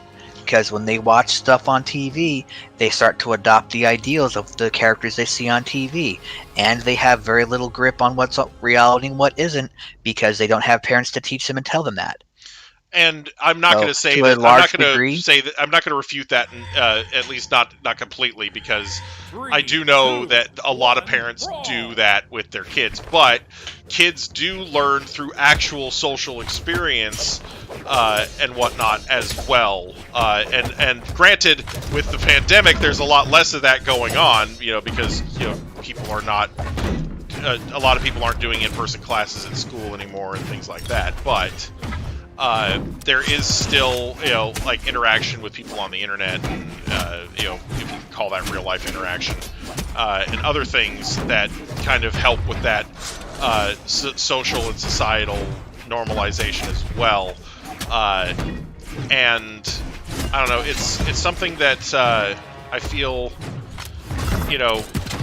people, again, I think a lot of the time people like to just blame stuff on TV that is really a problem, like with something like parenting, like you said, with it's some if kids are learning weird society norms from TV because they're watching Dora the Explorer and they think this shit's normal, then that's more of a problem with the parents.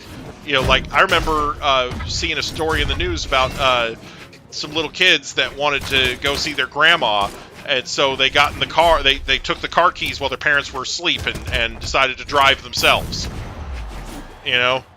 Caused a whole bunch of property damage. Right. And it's like, and you think, well, geez, why would these kids think that was okay? Why would they think that's something to do? I'm like, look at the types of shows that are on for kids. Look at Blaze and the Monster Machines. You got Dora the Explorer and Go Diego Go. There's all these kids who go on these massive journeys by themselves. Kids who are driving,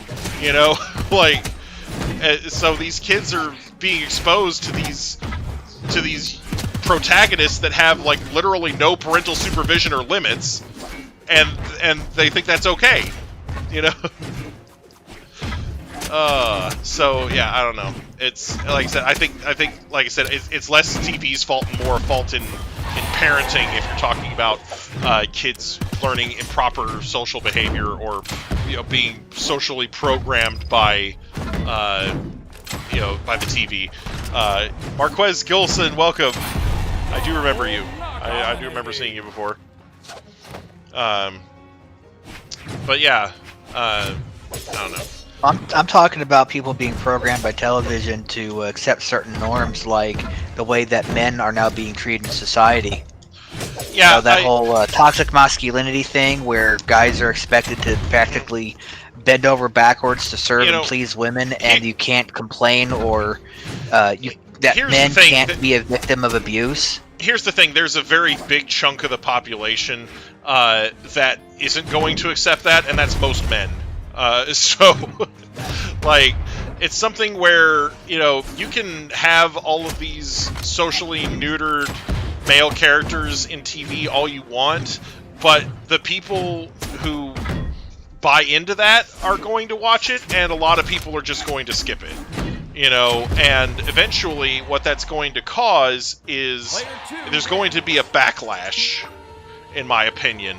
Back in the 90s, in the late 90s, mid to late 90s, we had this era in television of just of pushing the envelope as to what was acceptable to show on TV, where you had Jerry Springer, South Park, the WWE Attitude Era, all these different things that were really pushing the envelope as hard as they could push it in that direction of less censorship, more raw and raunchy sort of content. And after dealing with that for close to a decade, there was sort of this pushback against it. And I think that's where we're at now, is that this era that we're in now is kind of a result for people pushing back the other way against that. But the reverse is true too.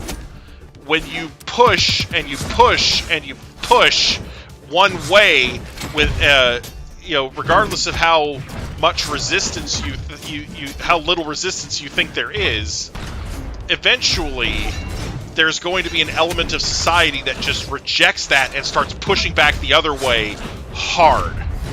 Right, and there's a huge conservative media movement that started happening like late last fall. Mm-hmm. Right, and I'm not just talking about like those types of conservatives. I'm talking about people on the internet that go onto message boards and use the N-word because they think it's funny, or things like there's all kinds of people who just like being contrary to what the current quote unquote norms of society are. And I think that we're going to see a lot of people that are kind of bent on undoing a lot of these, quote unquote, corrections and whatnot that are being done here. I think there's going to be kind of a backlash. I think a lot of people saw Donald Trump as their way to fight back against this wave of political correctness. And a lot of people voted for him because he was not politically correct. So I think that a lot of people don't like this walking on eggshells crap that we're being forced to do now, and you know, and they feel like they're being forced to do it. You know, like it's something that really we have freedom of speech in this country, and a lot of people, like, basically people. There's people who are basically kind of confused about that, because freedom of speech means that you don't face legal consequences for the things you say. It does not mean that you don't face social consequences or other types of consequences for the things that you say. So, for example, you know, people that get banned from Twitter. Every time somebody gets banned from Twitter because of something they said or did on Twitter, there seems to be this debate about whether or not Twitter has the authority to ban them because of free speech. And it's like, Twitter is not a state actor. They are a private company. They have every right to say who can and can't use their platform, even if their censorship tends to lean one way or another. You know, it's, and I'm of the opinion, and I've said this before, and I'll say it again, that the HUAC shouldn't have stopped at the House. Should have gone to the House, should have gone to the Senate, and should have gone through every single aspect of our society. The thing is, because even if that had passed, it would have gone straight into a court and been declared unconstitutional. Like, there, you know, if any judge that would seriously uphold that is irresponsible. And if somebody did uphold it, it would just go to appeals, and it would be declared constitutional by the next court up. It would be declared. It would not stand as constitutional because, you know, like I said, Twitter has every right to determine who is and is not allowed on their platform, especially when there are laws that say that they are responsible for that content. You know, because these social media sites have certain responsibilities to prevent these types of things. You know, like they're already getting on Facebook's case for you know, fake news being spread via Facebook. Shut down. You know, I was referring to the House Un-American Commission, House Un-American Activities Commission, where basically they should put together a law, add an amendment to the Constitution where no institution, private or public, should act in any way that is contradictory to the Constitution itself. You know, so basically, that would be really broad. I think, you know, that would basically. I know it would seem oxymoronic. Right. There would be people who would clog up the court system saying, "Oh, it's illegal to fire me." You know, like if you put something that broad in there as an amendment, I don't think it would be a great idea. You know. I don't know, but go ahead. So, 3, 2, 1, brawl. And also on the tenet of what you said, where you can't be immune from the consequences of your what you say socially. You know, we used to have something in this country where you would respect the people's rights to each other's opinions and not punish each other for having the wrong opinion. Yeah. People were taught little things like respect for each other. Right. The thing is, there's a difference between voicing an opinion and disseminating false information or inciting people to violence, because we've already seen what happens when you do that sort of thing. You know, with the riot/insurrection that took place in the Capitol. You know, when you hyperbolic and idiomic speech, it should have fallen apart based on that. If anything else, here's the thing: when they did the impeachment hearing, Mitch McConnell, who is a Republican, mind you, said that he absolutely I don't care if he's a one-eyed, one-horned, flying purple people eater. Right. He said that he absolutely believed that Trump was guilty, but didn't vote that way because he still felt that it was unconstitutional to impeach a non-sitting president. even though he was the one who pushed to wait on the impeachment until after Trump was out of office. So I think it's more of a knock on Mitch McConnell than anything. But the thing is, I do think I've already called him a backfife to begin with. Yeah, McConnell is absolutely terrible. If you live in an area where you have the opportunity to vote against that man, please do. He doesn't deserve to be in office of any kind. You know, like, I'd say that to most of them. yeah, no, I mean, yeah, a lot of senators and congressmen are in that boat, but McConnell is the captain of that boat. Like, he more so than I think anybody else in Congress needs to go. He has been scheming and plotting like frickin' Emperor Palpatine to He looks the part too. He does. He looks like frickin' Palpatine over there. Like, you know, like he's like, oh my god. He's just terrible. Just one of the most awful human beings on the planet. And, you know, but yeah. Did you see like the 10-minute supercut of all the Democrats who'd used similar speech in the past year at least? No, I haven't. Then I mean, but the thing is, it's a 10-minute super cut, like you said.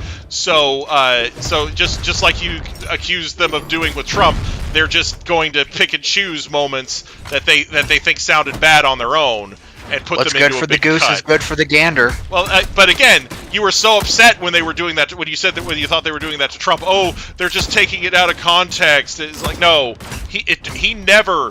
So like, if he really had been surprised when that happened, he could have gone on social media and said, "Stop, don't do that." You know. Instead, he told them to remain peaceful. You know. Like, they weren't peaceful to start with. What are you talking about? Remain peaceful. Like, you know, he could have said, "Hey, everybody who's looting the place, stop." You know, he never once did. You know, like just like how he, you know, when the KKK said that they supported him, he never came out. He basically. He never came out and said, "Hey, I don't like the KKK," until like they basically made him read a statement off a teleprompter. You know. And there's like a 4-minute supercut of him repeatedly denouncing the KKK and other hate groups, but they never aired that on TV either. Right. Big and again, friggin' game. He did eventually denounce them, but he did it while reading a teleprompter. And afterwards, he was very upset about it. Like, you know, like, yeah, you can find the clips out there, you know, and it's so funny, the stuff that he lies about, and people just gloss over it or forgive him, you know. 3, I don't know, 2, like 1, brawl. he went out and like, cause when the whole thing with him on the bus with what was his name, Bobby Boucher or whatever the guy's name was, where you know he was he was being recorded and he said grab him by the pussy and all that shit. When that whole thing broke, you know, he was like, oh, it was locker room talk and blah blah blah. You shouldn't hold it against me, you know. And you know, regardless of how you felt about it or not, he at least sort of admitted that, yeah, he'd messed up, right? But then later on, when in reference to the same event, he's like, oh, that was a deep fake. I never said that, you know. Like he tried to take it all back and say, oh no, that wasn't real, you know. It's like, man, like the guy can literally argue with himself. You can, like, there was literally a clip that they did where they took clips of him back in 2012 and ran them alongside of clips from 2016, and it sounds like he's arguing with himself. Like they cut it to make it look like he's having a debate against himself. Because he's literally just talking out of both sides of his mouth. You know? Like, he's literally saying the exact opposite thing in one clip that he's saying in the other. You know? And it's funny because there was a bunch of similar stuff during the impeachment trial. You know, because they took a bunch of stuff that Republicans said during the impeachment of Bill Clinton and then showed how they were saying the exact opposite during Trump's impeachment. You know, like, you know, these like Robert Shapiro and whatnot, like they said all these things about Clinton's impeachment and why it was right to do that, and then they basically, for the exact opposite reason, said that Trump's impeachment was wrong. You know, so it's really funny when you can catch these politicians kind of talking out of both sides of their mouths like that. You know, like, oh, it's only right this time because of who it is. You know, like, and that's the type of thing, that's the type of double talk that politicians are famous for. That's why they call them two-faced politicians. You know? You know, it's not like the mayor in Nightmare Before Christmas who literally has two faces. Like, and that's a joke based on the whole two-faced politician stereotype. But yeah, it's something where in politics you see that type of double talk all the time, and on both sides of the aisle. I'm not just saying it's one side that does it.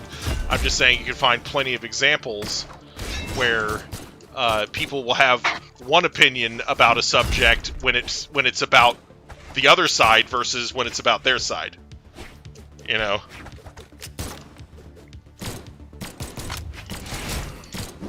And I really think that as far as cancel culture goes, I really think people have started getting tired of it already. I think that they need to realize that cancel culture and social justice warriors got their start in Nazi Germany and need to own up to it and stop it. Right. Well, and again, I think that this cancel culture stuff has already kind of gotten to the point where it's starting to lose popularity. A lot of the time when people try to cancel something on Twitter now, it's just laughed off because people are trying to cancel just about everything. Again, it's just like when people use the race card. If you overuse something like that, then it stops being effective as a weapon. Yeah, my favorite mockery of cancel culture is cancel a cartoon character because Dr. Seuss just got canceled. And so everybody's like, it's a contest to say who they want to nominate to be canceled next. Right. And there's a litany of characters and the reasons why, like Roger Rabbit, those charges should have stuck. You know, that one got me. But, which of course it's completely false. He was framed, hence the title of the movie. But my favorite one was Super Mario, because this guy hasn't had a plumber's license in 30 years. Right. Well, and again, it openly mocks the absurdity of the whole thing. And that's the thing is when you start overusing it like that, it does become absurd, and it loses all effectiveness as a weapon. And I think that there's really going to be this kind of backlash, and really kind of there already is in some areas, but I think it's only going to get worse until the problem just goes away. Because it used to be really easy to lead the charge against somebody, and I think people have started to see a lot of the negative consequences of just going along with this one-sided, lynching type mentality before you get all the facts, because there were a bunch of people around the time that this cancel culture phenomenon really got started that would come out and say bad things about somebody. They'd be like, oh, this person did this and this person did that. We should cancel them. We should, get rid of all their YouTube subscribers and Twitch followers and whatnot. And everybody who's following them should just abandon them and, leave them out on the streets to rot. And then the person would come out with their own side of the story and be like, oh, that's kind of compelling. Gee, maybe I shouldn't have been, the first to jump on the cancel bandwagon, So, yeah, and I think because there's been so much of that, where people tried to cancel somebody who really didn't need to be canceled, that, like, again, the the power of these tools has really weakened. You know, there's been women accusing people of Me Too conduct, and that didn't do it,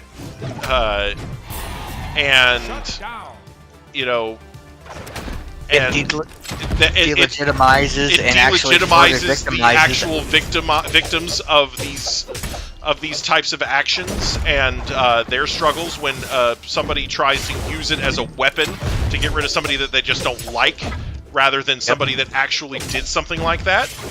Yep. And the funny thing is, it's actually, you know, it was supposed to have been this great thing for empowering women in the workplace, but it's actually backfired massively. Right. Because now all these people in corporate positions are refusing to hire women because of fear of false Me Too accusations. Yeah, I don't want that Me Too stuff in my workplace. You know. Yep. Like, yeah, imagine, you know, people.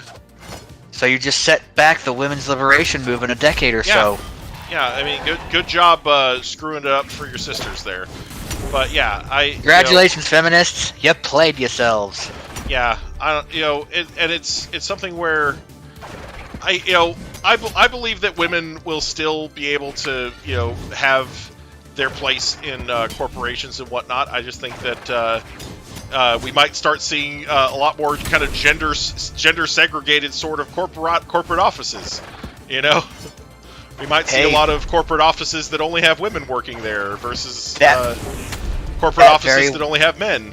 You know, that very well may be ideal. Yeah, and it might be ideal for a lot of people, both sides. But you know, I'm no expert. Workplace dating is going to go down in the toilet, but you know, and it's funny too. You know, because a lot of people have pointed out that a lot of the time, at least hetero dating. Yeah, well, that's the thing. A lot of people have pointed out that a lot of the time, when you have these inappropriate these allegations of inappropriate conduct, it's not against a guy that's like hot. You know, because you can have like there's a ton of memes that are just like, oh yeah, if an ugly guy comes on to you that way, then you're gonna make a stink about it. But if a hot guy does it, you're not gonna care. You know, like right. If Christian Grey from 50 Shades lived in a trailer park, it'd be an episode of CSI. Yeah. Or SVU or whatever, instead of the movie trilogy. Yeah, you know, it's just, I don't know.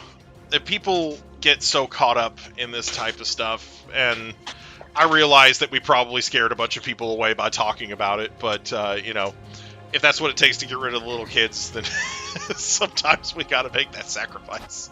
Well, hey, if it gets rid of some of those tryhards that are making it less fun to enjoy, then and you know, and again, I don't have a problem with little kids, but you know, sometimes I don't want them around.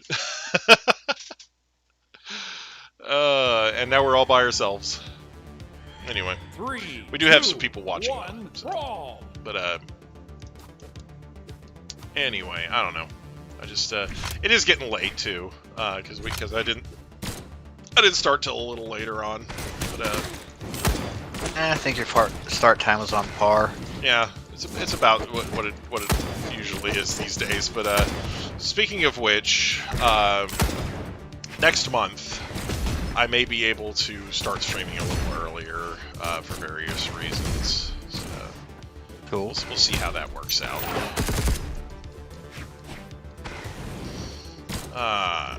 Anyway, I may be able to. Are your days off mostly Monday and Tuesdays again still? For right now. Anyway. All right. Because in a couple weeks I may actually have a Monday or Tuesday off. Soon, maybe. Nice. That long overdue birthday hangout going on. Right. Of course, it'll be after my mom's birthday. Right. Yeah. Yeah, we kind of got screwed over on that as far as getting anything done for your actual birthday. Oh, it's just par for the course on my end. With the weather and everything, anyway.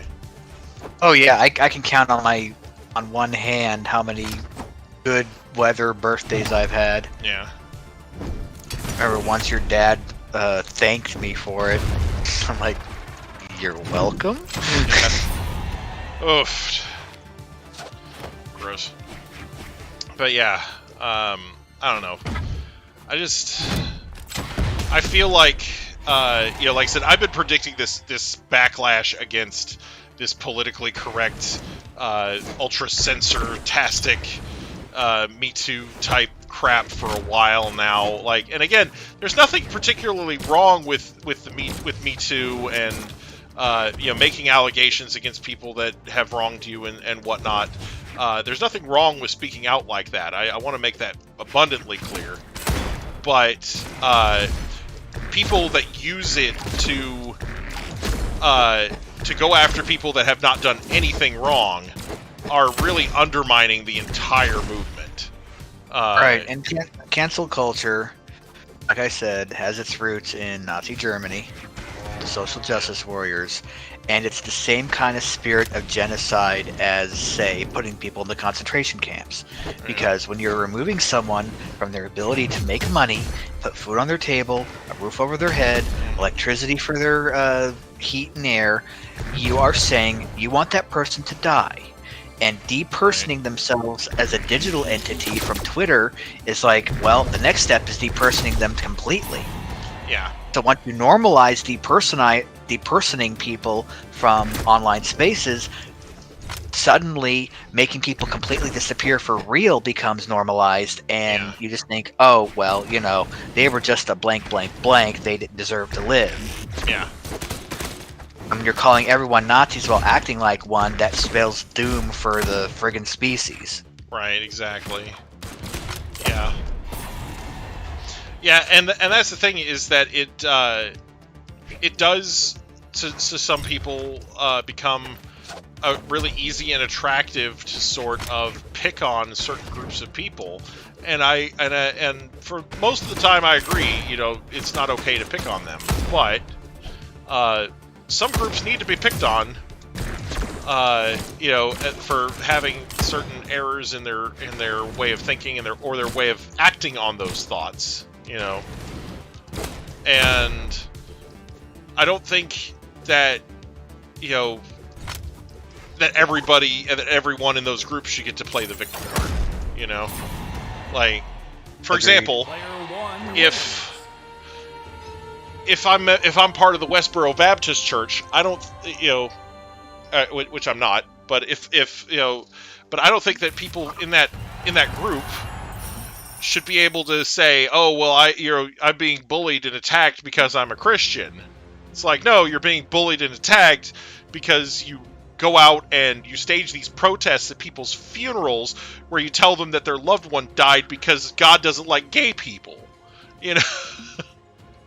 Like, that's why you're being attacked. That and that's a deserved attack. Like, that would. Well, the thing is, they would literally be abusing the name of the Lord. Yeah, and they do. And, like that's literally what they do. They go out and the word says that the Lord will not find anyone blameless who misuses his name. Right, and again, which is why screaming it like an obscenity. Yeah. Is so grating. Yeah, but the thing is, now people that attack all Christians because they see the way the Westboros act, they're wrong too. Like, because there's plenty of people that love to put all of us under a blanket with those people, and it's like they are a very small group of people, about 50 people or so, in a religion that has millions. That behave this way, and people and again, there are people that are slightly less extreme versions of that judge other people and whatnot, and that's not okay either. But most Christians are not to that extreme where they will sit there and do the sort of thing that the Westboros do, Right. There's this Christian meme that I love so much. It's a picture of Jesus with his disciples, and he says, "Love your neighbors." And then the disciples say, "What if they're gay or Muslim or there's this list of things?" And his reply is, "Did I stutter?" Yeah. Exactly. And that's the thing.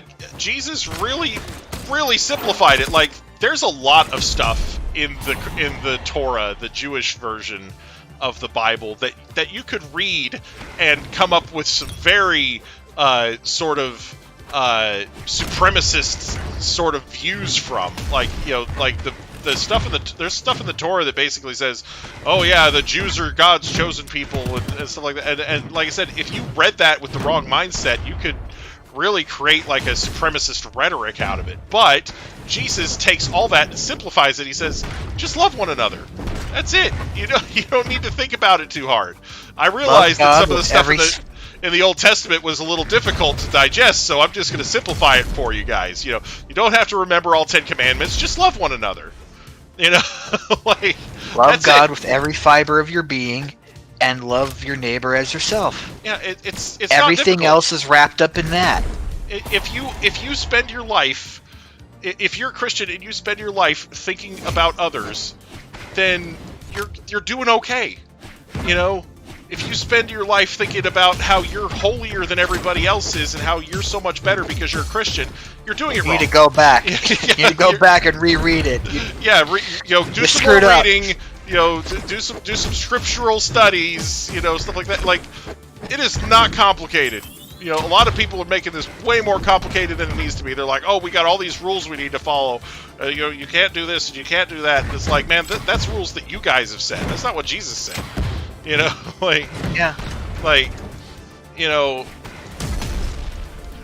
was a stand-up comic at one point. I can't remember who it was now, but he was talking about, like, wouldn't it be funny if you get to heaven and everybody's cursing? Like, wouldn't it be funny if you get to heaven? It's like, welcome to fucking heaven. It's like, you can cuss here? It's like, hell, fuck yeah. We never said in the Bible you couldn't do that shit. You guys came up with that shit on your own. Yeah, that's fine, but there's something about, avoiding coarse language and speaking like the others. Again, it's something where if you love one another, like Jesus says, then you're not going to use that type of language angrily or targeting somebody with it in a hurtful way.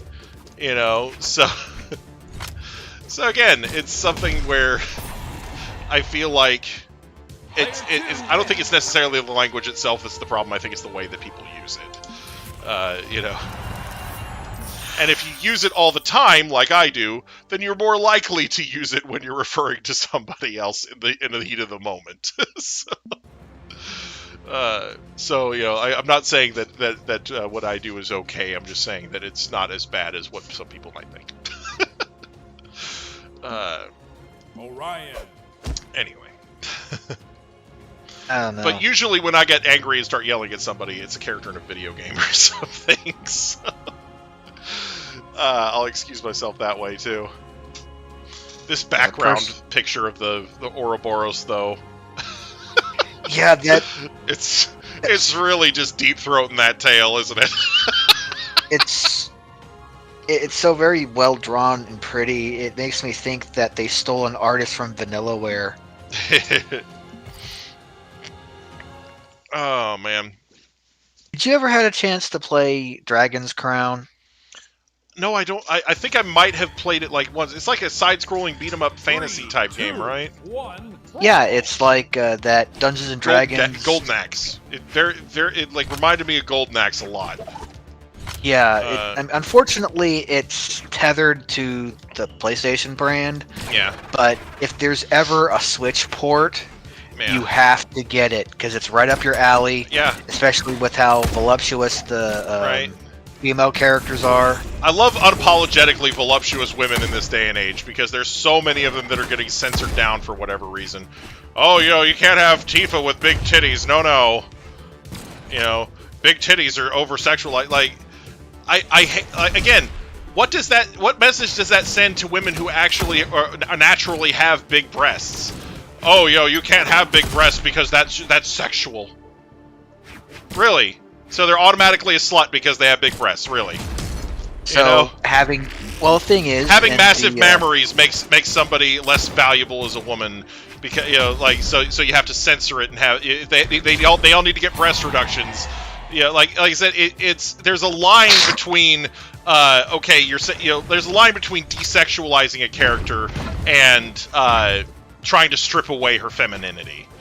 And, right. and because basically, if you go too far one way, you're basically saying, no, being sexy isn't a valid thing to do. It's something that's terrible. Like you're basically back in the 1950s at that point.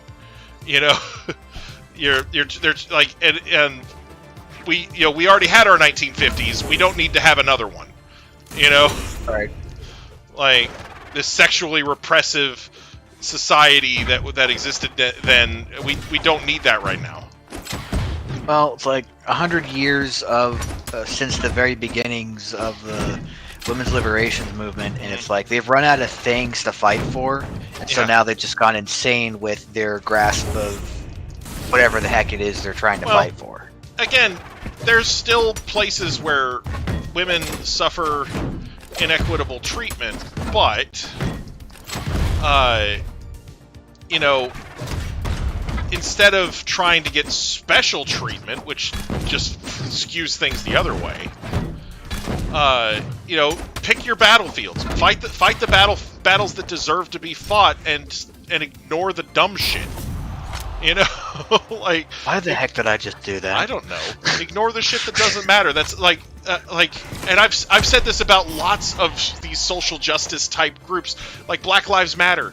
If they would just ignore the stuff that doesn't need to have a fuss made over it, like the stuff where I disagree with them on the tenet of fatherhood. The thing with Black Lives Matter. They disavow the importance of fathers in the children's lives, and I disavow them for that. Well, what I was saying about Black Lives Matter, or was trying to say about them, I don't know about their views on parenting or whatever, but the thing that they do that really irks me is that they go after any case where lethal force is used against a black man by a police officer, regardless of the circumstances.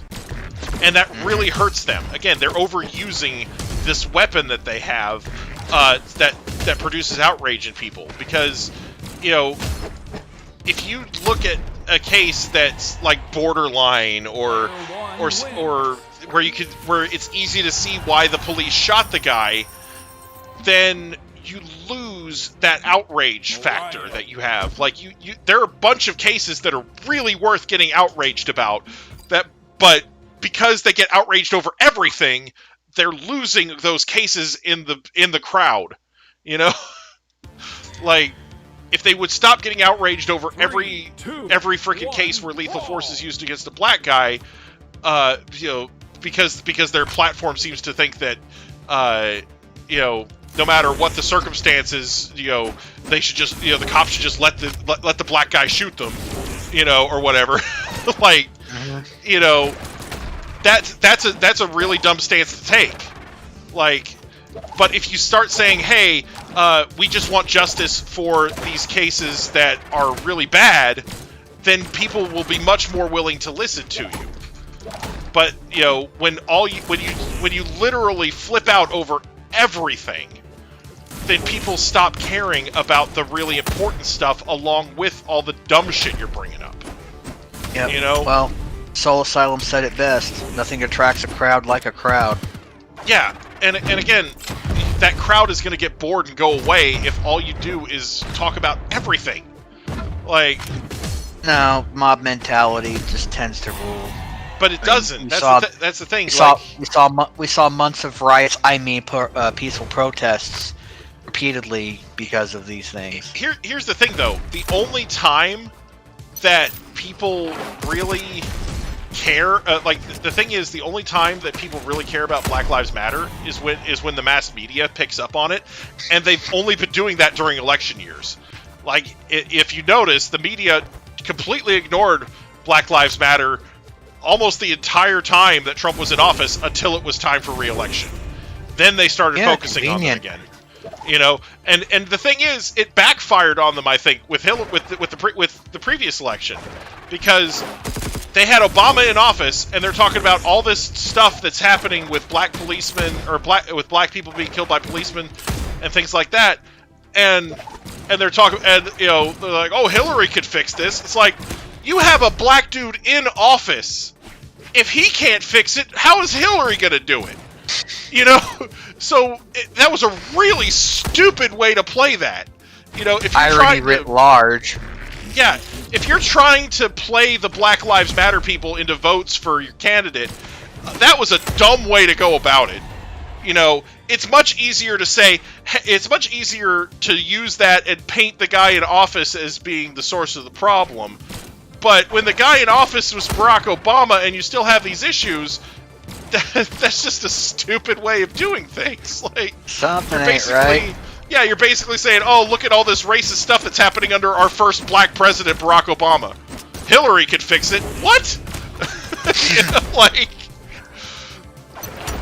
Or Hillary will be better at fixing it than Trump is. It's like, well, yeah, but, Obama's there. He's got a few months left. He can do something. Why is it suddenly Hillary's duty to fix this problem? And like I said, I think it really backfired on them. And, and again, I think the media sort of selectively picks up on Black Lives Matter and their causes when it's convenient for them. And I think that it wouldn't be that way if they would pick their causes more carefully instead of just getting outraged over everything. Because if they got outraged when it was appropriate only, then you would see much more of these cases that were actually taken seriously. And we do need to revamp police accountability in this country. Agreed. It's something where you have police that are involved in these cases.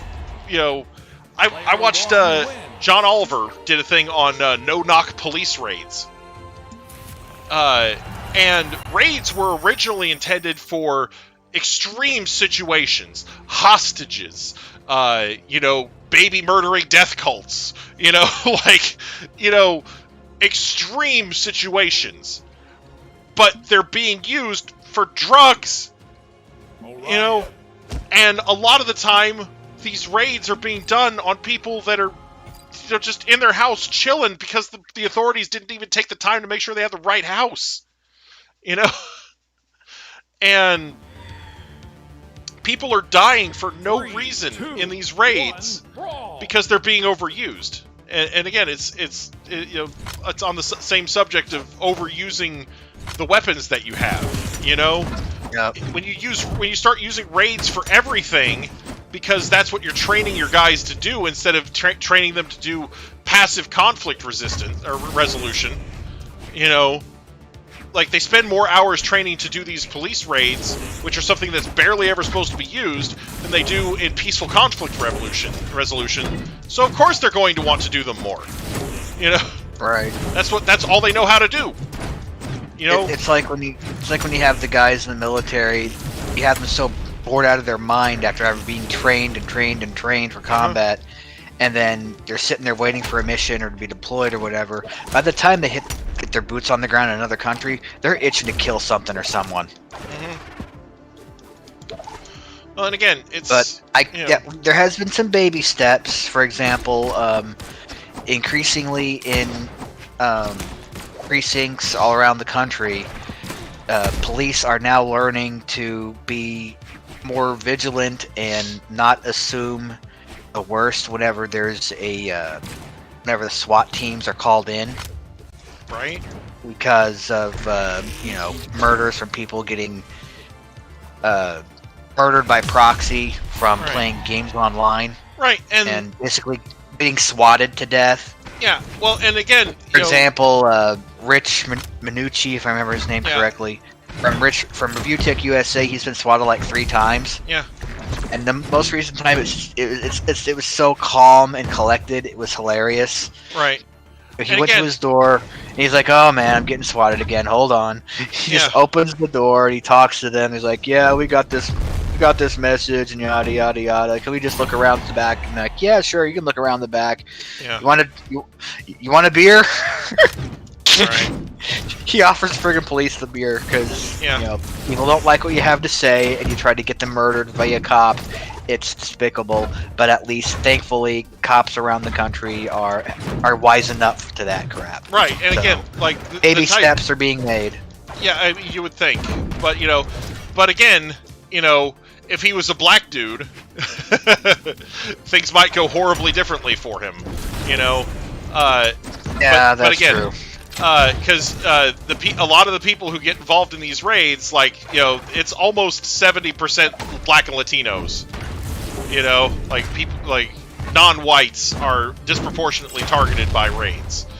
And when they get the house wrong, like when they fucking kick the door in and handcuff a guy and whatnot, and it's not the guy they're looking for, it's the wrong house, whatever. They don't even pay for the door that they broke. Of course not. There's literally no negative consequences whatsoever. They just go, oops, and they go about their day. And a So qualified have fun immunity fixing buff. that door. Well, and that's the thing is, there's a few states are dumping qualified immunity because it's ridiculous. Good. And the thing is, I understand qualified immunity, but it's being overused. Again, it's being when you start overusing something and applying it to situations that it clearly doesn't apply to. These people just aren't using common sense, and they're banking on qualified immunity to protect them. Qualified immunity is not supposed to protect you from common sense. Qualified Or immunity, your lack thereof. yeah, qualified immunity is supposed to protect you from, if somebody's resisting arrest, after an armed robbery, and you break their arm accidentally, they can't sue you for it.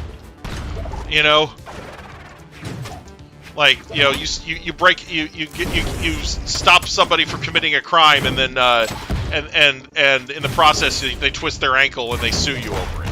That's what qualified immunity is meant to stop.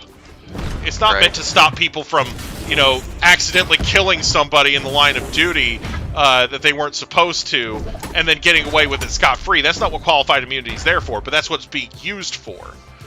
So, rather than rewrite the law, a lot of states are just getting rid of it completely, and that's going to cause its own share of problems. Yep. But again, it's sad because a lot of the time we have no choice but to get rid of this stuff because people are overusing it. Oy. When people start abusing something like that, that's when it gets taken away.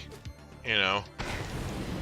And we'll have We'll have to see the fallout before we know exactly how badly taking away qualified immunity is going to affect these places. But hopefully, a lot of the results will be positive, and the police will be a little more cautious about how they do their law enforcement.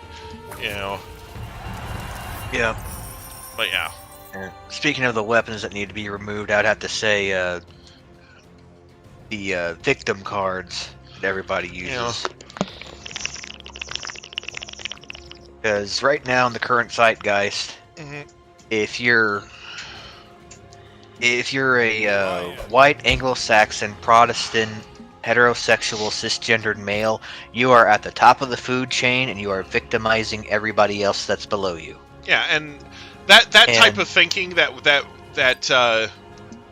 way of thinking that there's like this unspoken totem, pecking order of races and genders, 3, 2, 1. And various victim groups. Yeah, and that everybody below a certain rung is in the victim class. Right. It's Well, Jesus did say that in the end, people become lovers of themselves, and the word for that is narcissist. And having a victim mentality is part of what's called covert narcissism, because in the system of covert narcissism, the victim is always the one who's in the highest moral ground. Yeah. So when you've got everybody trying to play some sort of victim card, you can tell that they're living under a narcissist. That they're acting as a narcissist. Right. Well, and we see that with Donald Trump a lot too. The media victimizes me. They're bullying me constantly. The media, the fake news, is trying to tell everybody all these lies about me. I'm the victim here. You know. So. Well. Yeah. A lie that's 99% truth is still a lie. I remember working with a youth pastor who taught that, and I still believe it to this day. Yeah. By the way, that youth pastor was your brother. Yeah. Right. So, that same brother doesn't care for Donald Trump very much. Just pointing that out. But anyway. Yeah, his Facebook posts make that apparent. But I'm just trying to make a point. Yeah, no, I get that. Trying to make a point that, you know, when he says the news is fake news, if anything on the news is 1% a lie, it's 100% a lie. If it's 99% truth, it's still a lie. That's the way I see it. Here's the thing. I don't think that news programs, when they are reporting the news, are lying. And that goes for Fox News, that goes for OAN. They are telling the truth in the news that they are reporting. Now, in the segments where they have pundits and analysts on, and they do interviews with people, those people are free to lie all they want, and they do, a lot. And unfortunately, the 24-hour news cycle is full of these types of interviews and roundtable discussions. But they call it news, and they act like these people are spitting facts when they're just spouting opinions. You know, news entertainment. Yes, news entertainment. You know, they call it. But again, it's not just one side or the other that does this. It's both sides, and it's something that is a result of the 24-hour news cycle. Because when the 24-hour news channels first started, it was basically just rerunning the same, you know, hour and a half or so of news ad nauseum 24/7, and then adding and removing bits as the day went on. You know, so it wasn't like they were airing one program at one specific time and then just constantly repeating it. They were just constantly putting new stories in and removing old stories from the rotation as they became older news. And that type of 24-hour access to news was great for people, but not for the news companies themselves, because a lot of these news shows before that had survived by only being on during a specific time slot, and then they would do advertising like, oh, you know, what, you know, could something that looks harmless in your house actually be killing you? News at 11, you know. and everybody would tune in to see what this harmless thing in their house was killing them actually was, you know. But when you have access to it 24/7, you can flip on whenever you want, you can watch it, and then you leave, you know. And what that was doing was the ratings for each individual time slot were terrible.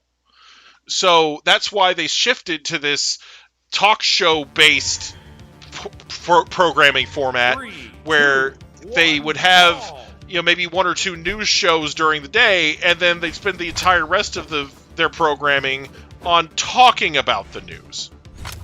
You know, having pundits and analysts come in and weigh in on exactly what the news stories are, and that is where you get a lot of the fake news, the story that, you know, because you get people on there like Fox News would let the conspiracy theorists on, and, you know, anybody else who wanted to spread fake news. That's where it was getting spread, at least from the mainstream side, you know. And a lot of the time, they weren't really doing anything to filter that. It's really funny because you actually did get to see them start filtering that stuff when it was related to a certain voting machine company. I don't know. You know, you heard about the voting machines and how people were saying that certain voting machines were rigged during the election. That brand, Dominion, basically told Fox, if you keep spreading this shit and allowing people on your shows that spread this shit, we're going to sue you because this is slander. Because there's no evidence that any of their voting machines were rigged or were problematic in any way. And when you sue I'm a Noompa Loompa. when you sue somebody for slander, they have to prove what they were saying. And if you can prove what you're saying, then you don't have anything to worry about. They had no proof, so they stopped slandering them. And they had the MyPillow guy on there, and he started spouting that anti-Dominion rhetoric, saying that Dominion's voting machines were rigged. And the guy corrected him immediately. He's like, no, there's no evidence that any Dominion voting machines were rigged, because they don't want to get sued for slander for allowing that type of shit on their programming. And they eventually cut the segment short when they were interviewing the guy because he wouldn't shut up about Dominion's voting machines. And he put out a 2-hour documentary about the various ways that the election was screwed with. And again, none of that's true. Like, you could call it a documentary, but documentaries don't have the same, like, those types of documentaries, especially when they're put out by these conspiracy groups, don't have anywhere near the same regulations on them that something that's broadcast on TV does, as far as what you can and can't show, and like, because they're if John Oliver put out a 30-minute show where he systematically debunks all that shit, so they spend 2 hours trying to convince you about all this stuff that's not actually real is real, and then John Oliver sits there in 30 minutes and explains why all of it's bullshit, So, he's not the only one that can make a documentary. That's all I'm saying. But, like, Dominion had absolutely no irregularities in their voting machines. Even the former Attorney General William Barr. Barr was a huge Trump simp. He thought that Trump should be able to do anything he wanted and get away with it. He was the guy that, when Mueller's report came out, tried to write that 4-page summary sanitizing the whole thing, and tried to pass that off to the public instead of, and say, oh, you don't need to read the report. Here, you've got my summary. So he tried to shield the president from being attacked over Robert Mueller's findings. So he's on Trump's side supremely. But even he had to admit that there was no evidence of any of this stuff that Trump was claiming after the election. Like, this is a guy who's, like I said, he's a Trump guy. He has no reason to disagree with the guy, except for that the guy was completely full of crap. Like, the guy. I mean, he's not the attorney. I don't think he's even the attorney general anymore. I think it's. What are they trying to put Merrick Garland in there or something? Anyway. But yeah. And it's funny because Merrick Garland. I stopped paying attention to politics as Right. Trump was gone because it got boring again. Right. Well, Merrick Like I Garland. said, the whole reason I even rooted for the guy in the first place is because he basically gave a middle finger to the establishment, and he was loud, crass, and and again, that made goes things entertaining. Right. That goes. Made it entertaining. Right. That's kind of what I was talking about earlier with people that supported him just because he was not politically correct and he was not going to be. He wasn't. Like, people thought that he was shooting straight with them because he was refusing to play by the same rules as everybody else. It's like, just because he decides to act like an asshole doesn't mean he's a better person than everybody else is. Well, my point of view is, we're back to we went from from a boring false left right paradigm to an entertaining false left right paradigm, and now we're back to a boring false left right paradigm. Yeah. So I don't know. It depends on what way you think the paradigm is false, but the people that say that they're all on the same side and everything, I don't believe that for a second. if they No, were they all are on the same side, their own side, each and every one of them. right, but yeah, like but people that say that both parties are playing on the same team, you know, and it's just a big, you know, this competition between the two of them is a big front. It's like, yeah, One wins. that's totally why they baited a whole bunch of people into raiding the Capitol and potentially dismantling the government. Yeah, that's a smart idea if it's all one big happy family, you know. Like, so, yeah, I don't know. Like, and I know that there are plenty of people out there that are like, oh man, if only they'd gotten so and so, you know. But you know, I think it's pointless to think that way. I think that I would like to think that this country is better than that. I'd like to think that eventually the people that are not acting in the people's best interest will get voted out. But, you know, I think for some of them, they're going to die first. You know? Some of these people are just going to sit there forever until they fucking die and rot. You know? Because people are so focused on voting for their brand. Like, they don't vote for people, they vote for their frickin' brand.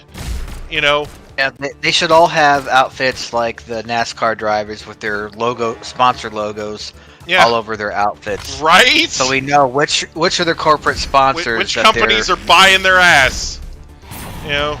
Could you imagine Capitol Hill looking like frickin' NASCAR with these people? Instead of wearing these nice frickin' suits, they're wearing the jumpsuits with the sponsor logos all over them. Holy crap. Yep. That would be amazing.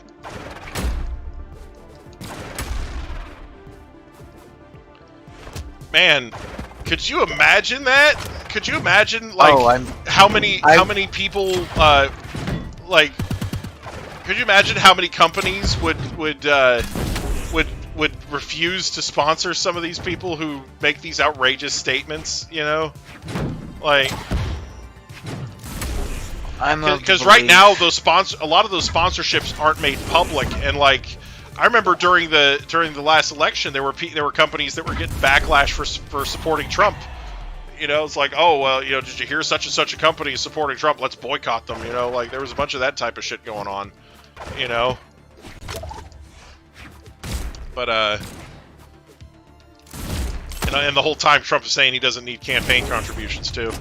Like, one thing I think you should give Trump credit for, aside from making politics very interesting for the past 5 years, is that there's something that is simply not done in politics, which is called political vengeance.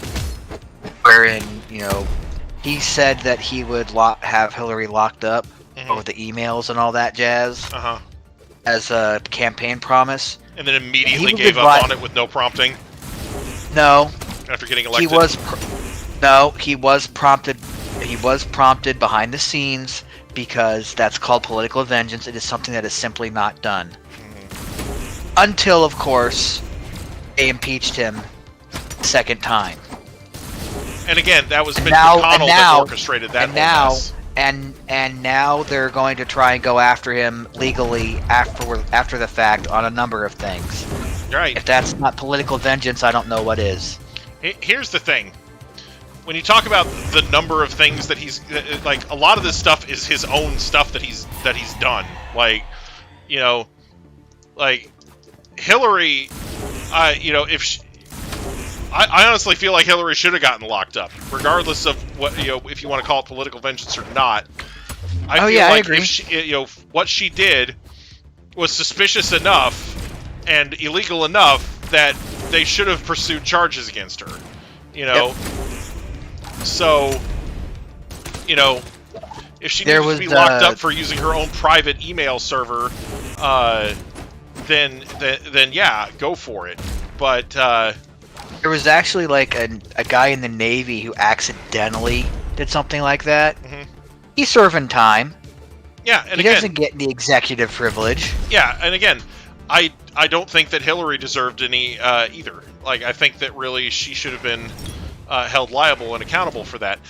With the second impeachment, the original thought behind the second impeachment was we got to get this guy out of office before he does anything crazy, or anything else crazy, I should say. And McConnell was the one who said, "Oh, let's hold off until after." Like, McConnell basically stalled out the impeachment proceedings until he was no longer in office. And then, after they started, they had to have a hearing on whether or not it was constitutional to have the hearing after he was out of office. And they voted and overwhelmingly decided that it was constitutional to have the hearing after he was out of office, because the main penalty for impeachment is not only being removed from office, it's not ever being allowed to hold office again. And there have been historical cases where other political officers, not presidents, that were successfully impeached and removed from office were done so after their term was over or they had resigned. And it's basically because if you could just resign to avoid being impeached, then everybody would just do what Nixon did, or whatever, and then they would just go get office somewhere else, So it's something where you don't want to create this this issue where you have people like low-level politicians abusing their office, and then they're about to be impeached, so they just resign real quick. 3, 2, and 1, and then avoid that impeachment so they can go get elected somewhere else. Like Senate or Congress. Let's say a mayor is abusing his office, and then he resigns before he can be impeached, and then runs for governor. You don't want that same guy running for higher office. Right. I mean, frankly, I think the impeachment should have fallen apart. Again, I said it before. I'll say it again, based on the basis of idiomatic and hyperbolic speech. The thing is, if they were to impeach Trump for that, they'd have to impeach every single person they played in that compilation where they were using words like fight and so on and so forth. Especially my favorite with Maxine Waters telling a whole group of people to go and harass people of the opposing party, telling them that they're not welcome at the gas station or the restaurant or in their homes. Right. And, so the thing if that's not inciting terrorism, I don't know what is. Well, it's telling people not to serve people, and you have the right to refuse service to people if you want to, if you own a business. But the thing is, when you're talking, she said to make a crowd and surround them and make them feel unwelcome. Well, she didn't say to hit them or hurt them. When Trump made his speech, did Trump say that? Did Trump say hit people? Trump said, "We will march on the Capitol and we will fight like hell." That is what he said. He said, "We will fight like hell" several times during that speech. He said that we will march on the Capitol. Still an idiom, still hyperbolic. He didn't say. He riled those people up, and he told them to come to the Capitol in the first place. They didn't just spontaneously assemble there and he gave them a speech. He chose that day because it was the day that the results were going to be ratified. And he said, "Come to the Capitol." He sent people private messages. He sent people public messages. Come to the Capitol. He knew what he was doing. And again, if at any point during this massive clusterfuck that he helped cause, that he was remorseful or thought that people weren't acting or people thought that people were doing this on his behalf, all he had to do was come in and say, "Hey, stop." But he didn't do it. Yeah, he sat in front of his TV and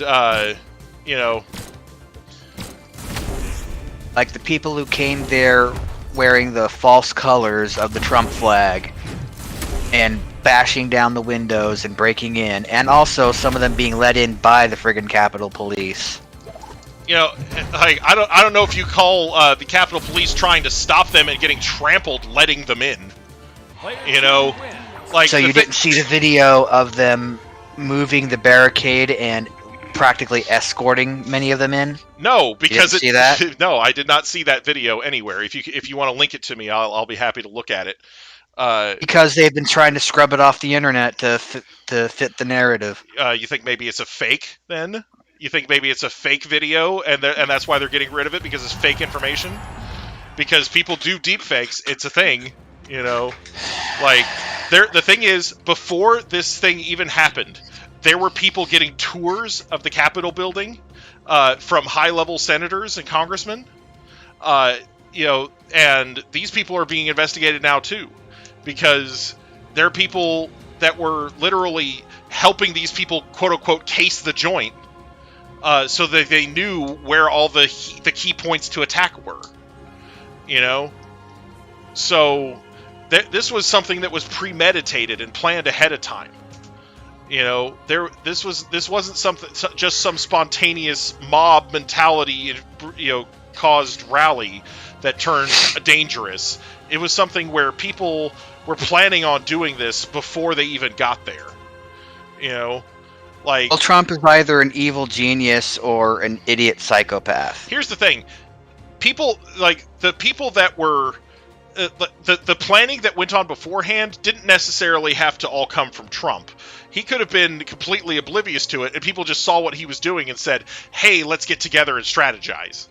You know, so I'm not saying that Trump... You don't think that there was even the slightest bit of shenanigans just to... Here's the thing. People have been trying to blame it on, oh, it was really Antifa people and they were disguised as Trumpers. But the thing is, the Trumpers keep outing themselves. They like the people that were the ringleaders of this mob are being arrested one after the other, and you know, their social media profiles and everything, they're all Trump supporters. Like, you know, like there's not like none of the prominent faces that you keep seeing in all these photos and videos that are coming out of these raids are people that are being found to not be Trump supporters. Like, you know, because they're only going after the people who were Trump supporters who were there.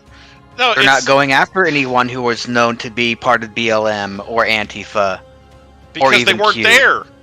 Like, it's one of those things where when you see the people, power does what power wants. I mean, you know, there's a meme that I just saw the other day where, you know, when the FBI is investigating a Democrat, and it's the FBI guy, he's got the blind person glasses on and the red walking stick thing. Yeah, that's called a meme. I know it's called a meme, but with every joke, there's a giant slice of truth in it. I mean, I don't think that's a huge slice of truth. I'm thinking that there's, you know, yeah, I think Hillary should have been more deeply investigated. I agree with that 100%. I also think that that if Trump doesn't get some charges brought against him, that something's wrong, because he certainly had his share of wrongdoing while he was in office, and well before he was in office, some of which he could still be held accountable for. So yeah, I do think that Trump needs to be facing some actual legal trouble, because he has been avoiding legal trouble all over the place, and he should have been in jail a long time ago. Oh, I guess I'm going to end this conversation by saying this.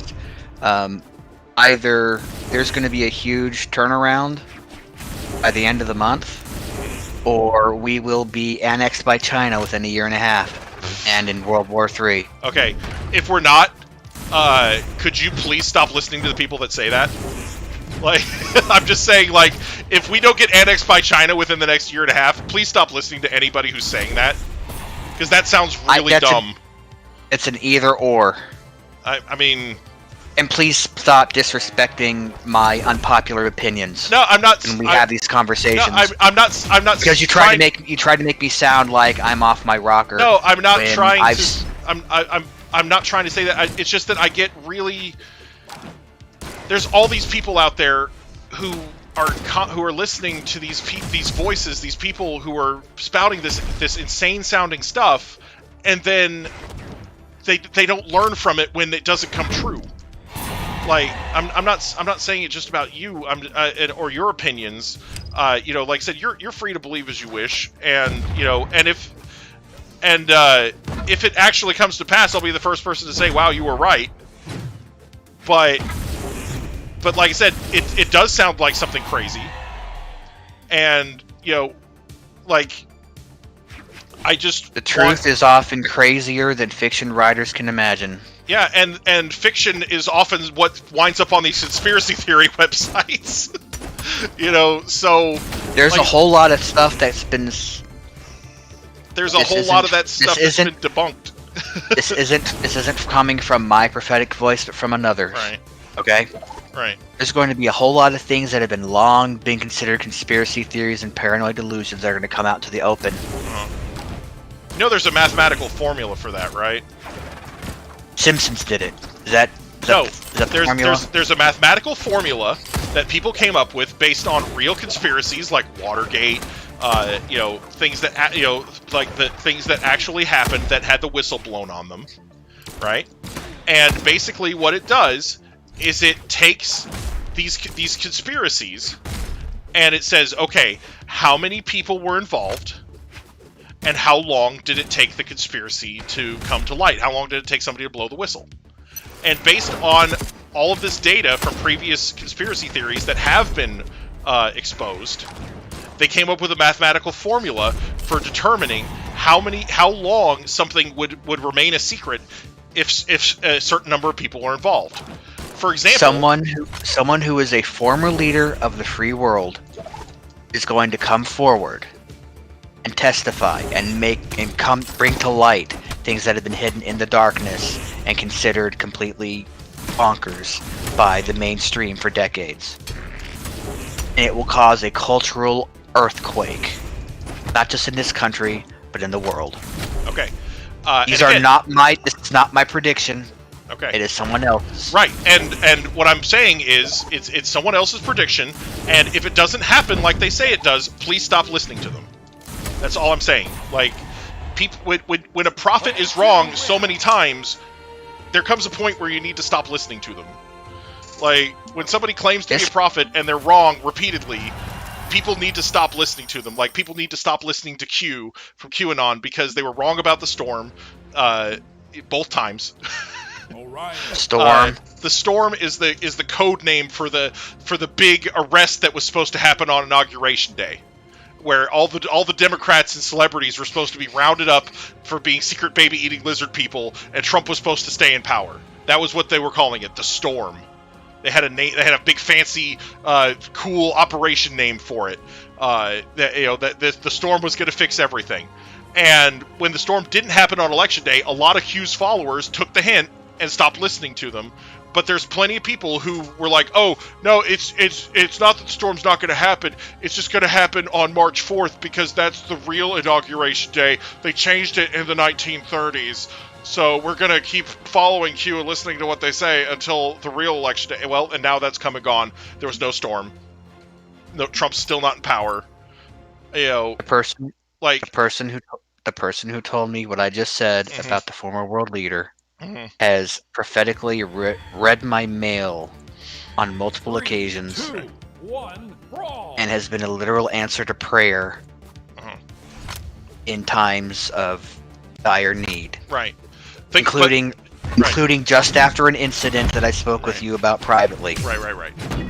So if that does not happen, then I will apologize to you. Right. And again, and I will never have a conversation remotely like this with you ever again, either on your stream or privately. Okay. But what I'm trying to say is, like, I'm not saying that there aren't people out there that might have some sort of gift or something like that, something similar. But I'm saying that these people are only human, and that sometimes people that have these gifts don't always use them for the benefit of others, and sometimes they have their own goals in mind. So just be very careful who you listen to. And don't just think. And when you're talking about like people that supposedly have prophetic or psychic gifts, don't just think about all the times they're right. Think about all the times they're wrong, because a lot of the time, the way that these people snare people is by getting a few things right after making a lot of wrong guesses. You know, and there are certain techniques that you can do that make it seem like you've got these extraordinary and amazing abilities when you really don't. And, you know, like I said, I just want you to be careful because I don't want to see you get hurt. You know, but again, you know, and again, if it does happen the way that the guy says it does, I'll be the first person to say sorry. But again, it was within 48 hours of me being on my knees, on the verge of ending myself again, that I received a completely unsolicited message that was absolutely related to what I was crying over. Right. It was completely unprompted, out of the blue. Right. And it was deeply personal.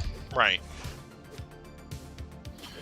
And you know, I trust this person because of the number of times something like that has happened. Well, and again, I'm glad that they were able to help you during a dark moment.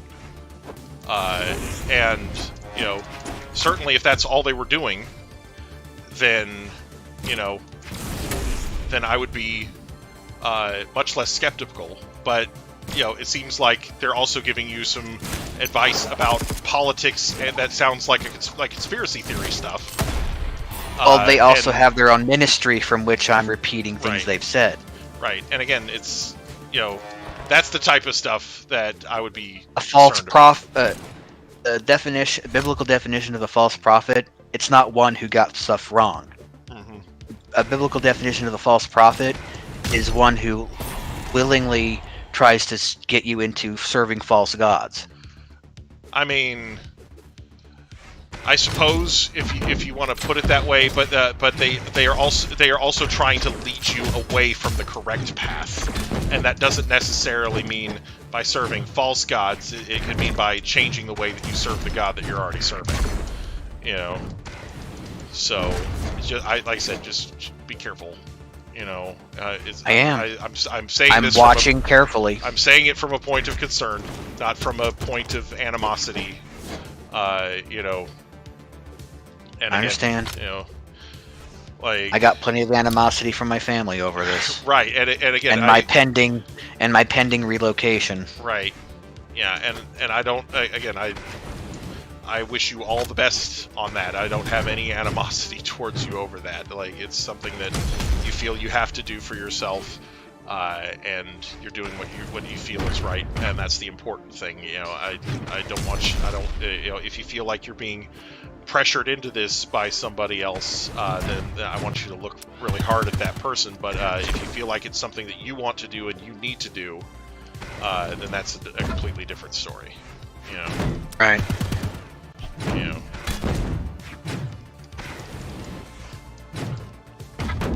Yeah, I was. But yeah, as a follow up to that message, right. You know, as I mentioned, I was begging for an alternative. Yeah. And I wasn't messaging him about it. Okay. Yeah. And I once again, within like 2-3 days, got another completely unsolicited message. Right. That was a follow up. Yeah. Saying that Texas will be my promised land. Yeah. So. You know, and it very well could be. It could be that a change of pace and a new location away from the things that hold you back could be all you need, or it may be that you change your location and you find a change of perspective there that you wouldn't have found if you stayed here. You know. Yep. So, you know, I think I hope that it's a good thing for you. I really do. You know, like I'm not trying to bring you down or anything like that. But yeah, like, because you've mentioned a lot of things that some of these quote unquote so-called prophets have told you. I've been hearing it from this you know, quote unquote prophet in my church said that Trump was going to serve 2 terms and that he was going to be really good for this country. Well, he served 1 term and now he's gone. You know, maybe he serves another term later, maybe he doesn't. But if he doesn't serve a second term ever, then I would seriously reconsider listening to that guy about political stuff, at least. You know, like if he dies without ever serving a second term, then maybe kind of look back and see, geez, what else has this guy been wrong about? You know, like, and again, I'm not saying that guy specifically said that. I'm just saying that I've been hearing from a lot of my Christian friends, oh, well, I've been talking to this guy and that guy who's an armchair prophet, and they've been telling me that, you know, telling me this and that and the other thing about what the Trump administration is going to bring for this country. And, you know, like, you know, most of the prophets that I remember that were really accurate were also really vague. You know, they never said, oh, hey, this person specifically is going to do this and that and the other thing. You know, most of them were pretty vague about stuff. You know, I would tell you the name of their ministry if I thought it would do any good. Yeah, no, I don't want to know. I don't want to give them the plug on my channel. You know, like, I'm sure that people who want to know will ask you about it privately if they really are interested. You know. But yeah, again, I just, you know, if I have to give him any constructive criticism, it's that he rambles a bit. Yeah, well, and doesn't organize his thoughts all that well. Okay, and you know, and not saying that's a bad thing. Sometimes I ramble a bit too, but you know. Yeah. What I'm trying to say is it would be hard for me to remember or even pinpoint which one of his videos he talks about which prophecy that God gave him or what have you. Right. It's just in my head they all just meld together. Right. Meld together. Right. Well, and again, I think when you have somebody who's claiming to be a prophet or claiming to be prophetic in some way, and they're giving you really specific stuff, it's really easy to fact check them. You know, it's really easy to go back after the fact and check them as long as you remember. You know, so if they have a bunch of videos up, it's easy to go back and look at their videos and say, oh, geez, what's this person's accuracy rating? You know, how often have they been right versus how often are they wrong? You know. Yeah, but then there can also be cases where the proof of where they've been right has been completely washed away, shoved down the memory hole. You know, you can think of it that way, but you know, I mean, if they're getting their prophecies from conspiracy theory websites, then it's easy to claim that oh, they're just hiding the truth. You know, it really happened the way I said it did, but they're hiding it.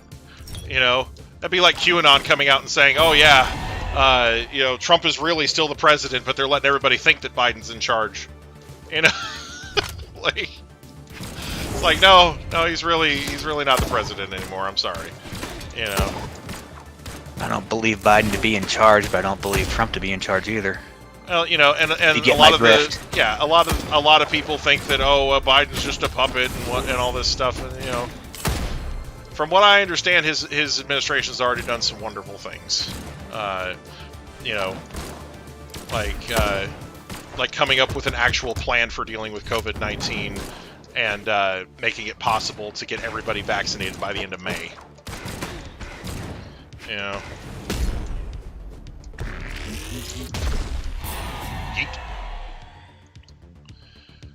But yeah, and of course, you know, there's going to be people who don't want to get vaccinated for whatever reason. But again, I had my flu. I had the flu and what was it? Flu and pneumonia shot, and I felt like I was going to die. Yeah. So, you know, with the a lot of people.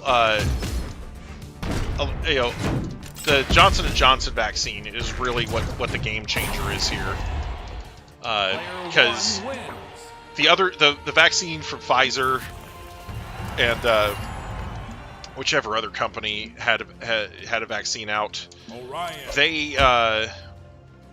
they were really, multi-shot vaccines. There were vaccines that you take one, and then you have to have a booster, and then you have to have another booster. Johnson & Johnson's vaccine is a one-shot, meaning you get one vaccine, and then after a couple of weeks, you're protected. And 3, 2, that 1, and the other big benefit to the Johnson & Johnson vaccine is that the other vaccines have to be stored at super low temperatures, like 80 below zero. So you need specialized. That's got a burn going in. Yeah, you've got specialized refrigerated trucks that have to transport it, and then because after at room temp once it goes to room temperature, it spoils after a very short amount of time. Yeah. So basically, they have to get it. They have to bring it there, get it to room temperature, and then inject it before it goes bad. Yep. When there was a truck that basically was stuck in bad weather at one point, and they literally started during a blizzard. It was during a blizzard or something like that, and the truck was stranded on the highway. Basically, it couldn't go anywhere, and the vaccines were starting to warm up. And so they were literally going down to the people in cars stuck behind them and giving them the vaccines, trying to vaccinate as many people as possible before the vaccines went bad. That's awesome and awful at the same time. Yes, because again, those people are going to need boosters later, and not all of them were on the approved list of people. So, right. So are they gonna have to restart the whole cycle again? Hopefully not. But anyway. So what I was, the Johnson & Johnson vaccine stores at much higher temperatures, and it's a one-dose vaccine, one and done. And, the president, our current one, President Biden, signed an executive order that that basically got Merck Pharmaceuticals to use their factories to produce Johnson & Johnson's vaccine, and that order by itself is going to create enough supply of vaccine to get every adult in this country vaccinated by the end of May. So, just that one little order, and what do you say? And I don't know what to think of this one myself. I just want your opinion. Okay. What do you say to the conspiracy theory that they had the vaccine ready by the elections, but held it back so that they can make Biden look good? It's kind of bullshit. The thing is, they had vaccines available before the elections ever even happened. And Trump actually had an opportunity to secure a larger number of doses for Americans than what he did, but passed on the option. The two pharmaceutical companies that had approved vaccines ready to go basically said, hey, we can make 1 million more doses for Americans if you want. And he said, no, we don't need them. And so those doses went to people in the UK.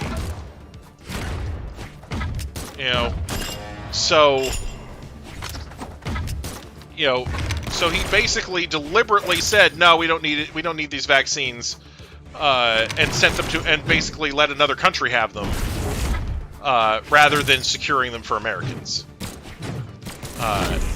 So, damn. I was not expecting that. GG, guys. So a lot of people are saying, oh, they had the vaccine in their back pocket, because they developed it before the disease was released from the laboratory or whatever.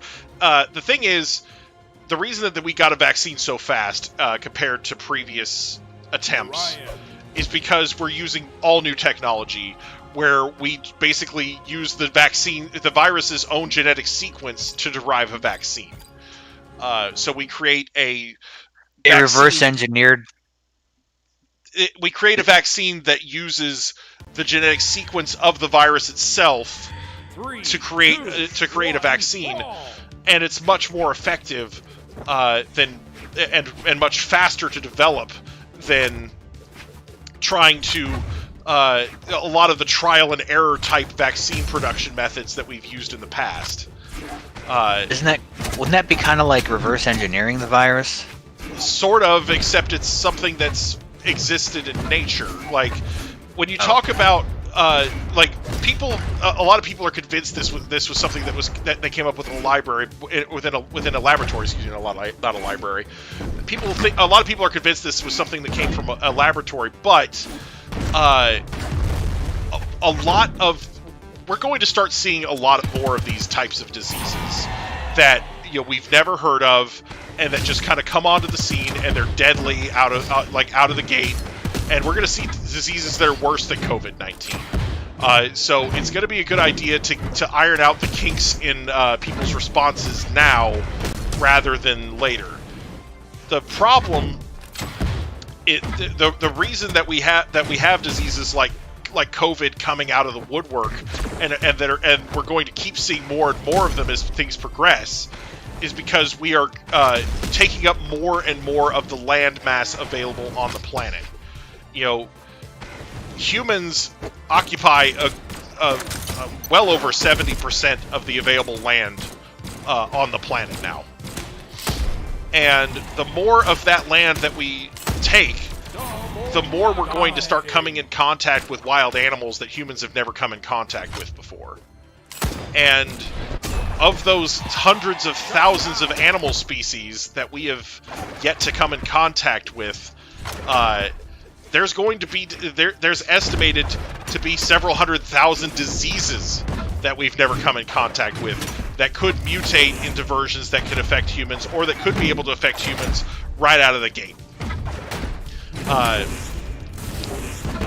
The reason that bats we will probably not. This will probably not be the last disease we get from bats if we keep handling them. Because bats have a specialized immune system that basically means that no matter what happens to them, they don't get sick. Like, they can get whatever kind of disease and have it, but they will not exhibit symptoms because of the way their immune system works. So they are able to carry tons of diseases, potentially, without ever getting sick or showing any symptoms themselves. So if we keep handling bats, we are going to get all kinds of diseases from them. So we should just basically put a moratorium. That just makes Batman that much more scary. Yeah, we should just put a moratorium on handling or eating bats altogether. We should really not be touching bats at all.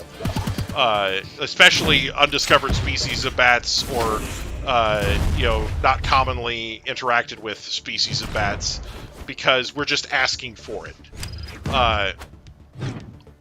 Well, and I don't know if you heard me, but I said that Batman makes Batman even scarier, right? Yeah. Okay. You know, if Batman actually had bat powers, he'd be terrifying. Yeah. But yeah, and I think, if I'm not mistaken, that might have been what the Man-Bat was studying before he turned himself into the Man-Bat, was trying to find out a way to use the bat's immune system to our benefit, to eradicate humans, to basically make it to where humans don't get sick, So, and if he wasn't, that's a good storyline to do in a comic, people, whoever's writing the next Man-Bat comic, Oh, yeah, You You just reminded me of this idea for a Batman movie trilogy that I kind of dreamt up a while back. GG's. Like, it would start out with people being attacked by a giant bat, and people thinking that it's actually Batman, and it's very early on in Batman's career. Right. And you have Jarvis Tetch as one of the techs for the Man-Bat guy. Yeah. And there's also cases of young girls disappearing from their boyfriends and seemingly joining a cult, and Oh crap! I wish I'd written this down. Right. But yeah, I mean, We lose before Joseph. the Sorry, Joseph. Anyway. I had this in mind just before that first trailer for the Batman movie dropped, and I thought, I was thinking of, okay, what would be like the 3 main villains from the Batman Rogues Gallery that haven't been truly done justice, or a storyline that hasn't been done on the big screen. Man And Bat. I was thinking, Man Bat was number 1, Yeah. the Riddler was another, and the Mad Hatter hasn't been done. Right. And I had this great outline of how 3 movies would go in my head, and I forgot it, but you reminded me of at least part of it. Right. But yeah, I feel like. But again, now with that, Yeah, go ahead. but with that trailer that dropped a while back, and it's obviously going to be at least partially the Riddler done right. Yeah. All due respect to Jim Carrey's fantastic off the wall, performance in Batman Forever. This one looks good. Yeah. Well, and I think Mr. Freeze is somebody who could really use that, maybe somebody besides Arnold Schwarzenegger playing him or something would be nice. Yeah, I already went over how I gave that movie a second chance after 20-something years. Yeah. It didn't deserve it. Yeah, it was worse the second time. Yeah. Gave me nightmares again. But yeah, it's something where, I feel like having a Mr. Freeze movie with where you could use like CG rather than some of the kind of cheesy foam rubber icicle special effects that were going on in Batman Forever would really be pretty cool. No pun intended, but also Batman intended. and Robin. Yeah, like that. Well, You know, the real tragedy of Batman and Robin is that the last one that was going to be made, Batman Triumphant, the concept for that was fantastic. right. Scarecrow would douse Batman with the fear gas, and he would have this huge hallucinogenic Court of Owls type trial with hallucinations of all the villains that he'd run into. Right. And it would have a sequence where Jack Nicholson's Joker would pop back up, the Riddler, Two-Face, all of them. But the thing is, the budget for that movie would be astronomical for the 90s. Right. And with how bad Batman and Robin was received, it Right. put the kibosh on it. Yeah. Like, I think Mr. Freeze is somebody that live-action Batman really has yet to do right. Because Mr. Freeze wasn't really a big part of the Rogues Gallery in the Adam West Batman. I don't know if he was even in the show at all. He was a really goofy joke character amongst many others. Right, but yeah, they had a bunch of weird characters in that series, like the Eggman and King Tut, and, like all these other weirdos. But like I said, I don't really remember Mr. Freeze being around too much. I don't think they really, would have had, would have been able to get him right at that point. So. I really love the way that they did Mr. Freeze in Batman the Animated Series, because they made him a more sympathetic character, and again, I love when you make it to where you can understand why a villain is doing what he's doing, and you can see how somebody in his shoes might do that. Yeah, if you want to watch a good Batman and Mr. Freeze movie, I can lend you my copy of Sub-Zero. Yeah, Sub-Zero is a great movie. I'll agree with that wholeheartedly. But like, there's plenty of animated stuff that's done Mr. Freeze really well. But the live action Mr. Freeze stuff has been just garbage. Yeah. That's why I would really like to see Mr. Freeze in a live action Batman movie done properly, and unfortunately I think there's this kind of stigma against him because of Arnold Schwarzenegger. But I think if they're willing to give the Riddler another shot, then Mr. Freeze should be right up there. Yeah, just have Alan Silvestri do the score for this trilogy of mine, and we'll be set. Right, and again, I think I really do think that it would be nice to get a series of Batman movies going where they just do one villain per movie. Start off with the Joker, or whoever you're gonna do. Maybe bring in the Joker second or third movie, depending. And well, the thing is, in the interest of world building, I would, in that trilogy outline I had in mind, you'd have Jervis Tetch like in the background. You have him show up a few times, but anything he's doing is building towards what his part in this trilogy story is going to be. Like his part would be in the second one. Yeah. Or he would be the focus of the second one. Yeah. And I don't necessarily a little bit of MCU style world building and interlocking. Right, that would be really cool. I think having characters that are going to be used in later movies, kind of flitting around in the background. Make sure you get them under contract for however many movies you're going to go in for, and have a few name drops. Yeah, I mean, have a few name drops for characters that aren't appearing. Like in the Sam Raimi Spider-Man trilogy, they name dropped Eddie Brock in the first or second one, and then he finally pops up in the third one. Yeah. Yeah. I really do like that type of world building where you can, you can have that character referenced and whatnot without actually having them appear. So you save yourself the actor budget, but at the same time you're still acknowledging that they're a part of that world. It's getting kind of late. We'll probably call it after this one. Yeah, I think so. Sorry, No, it's partially my fault. We get all heated.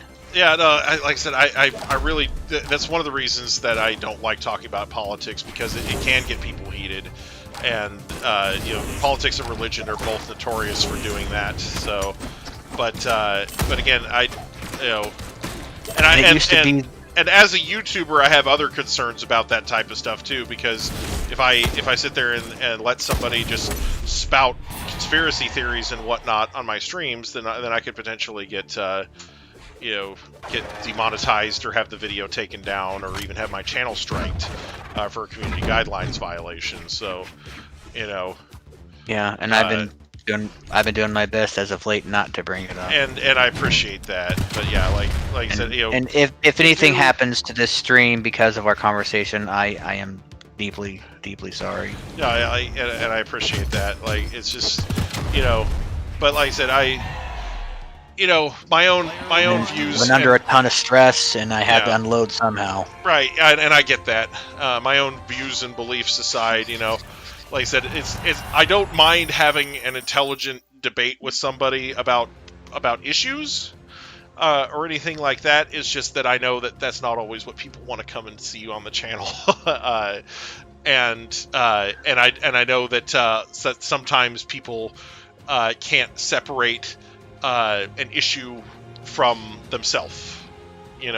Because with some people, they believe so strongly about an issue that it becomes it's part of their personality, and when you start picking apart their beliefs on that issue, then you're picking that. They feel like they're being attacked. You're picking them apart, not just their position, and so they start fighting back like they're being attacked. So, like, I don't want to offend anybody or anything like that, and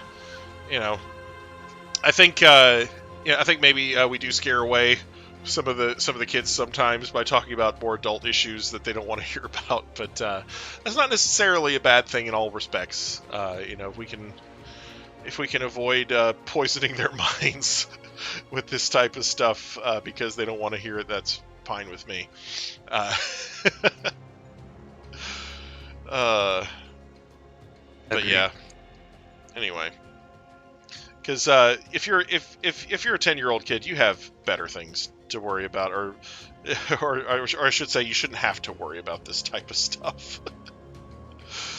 You should be able to stay blissfully ignorant of politics until you're a few years older. So, Ignorance is bliss. Keep me happy. yeah, keep yourself happy. Stay away from the politics. Anyway, but yeah. Anyway, but yeah, I do think it's a good time to end things. Alrighty. Good night, everybody. Yeah, I appreciate. Sorry for ruining the stream. That's all right. I appreciate everybody who stopped by. Thanks to everybody who joined in. We'll be back here. If not next week, then maybe we'll do something on. I think we'll probably be back here next week on Tuesday. I think if I do change things, it'll probably be next month. So we'll see.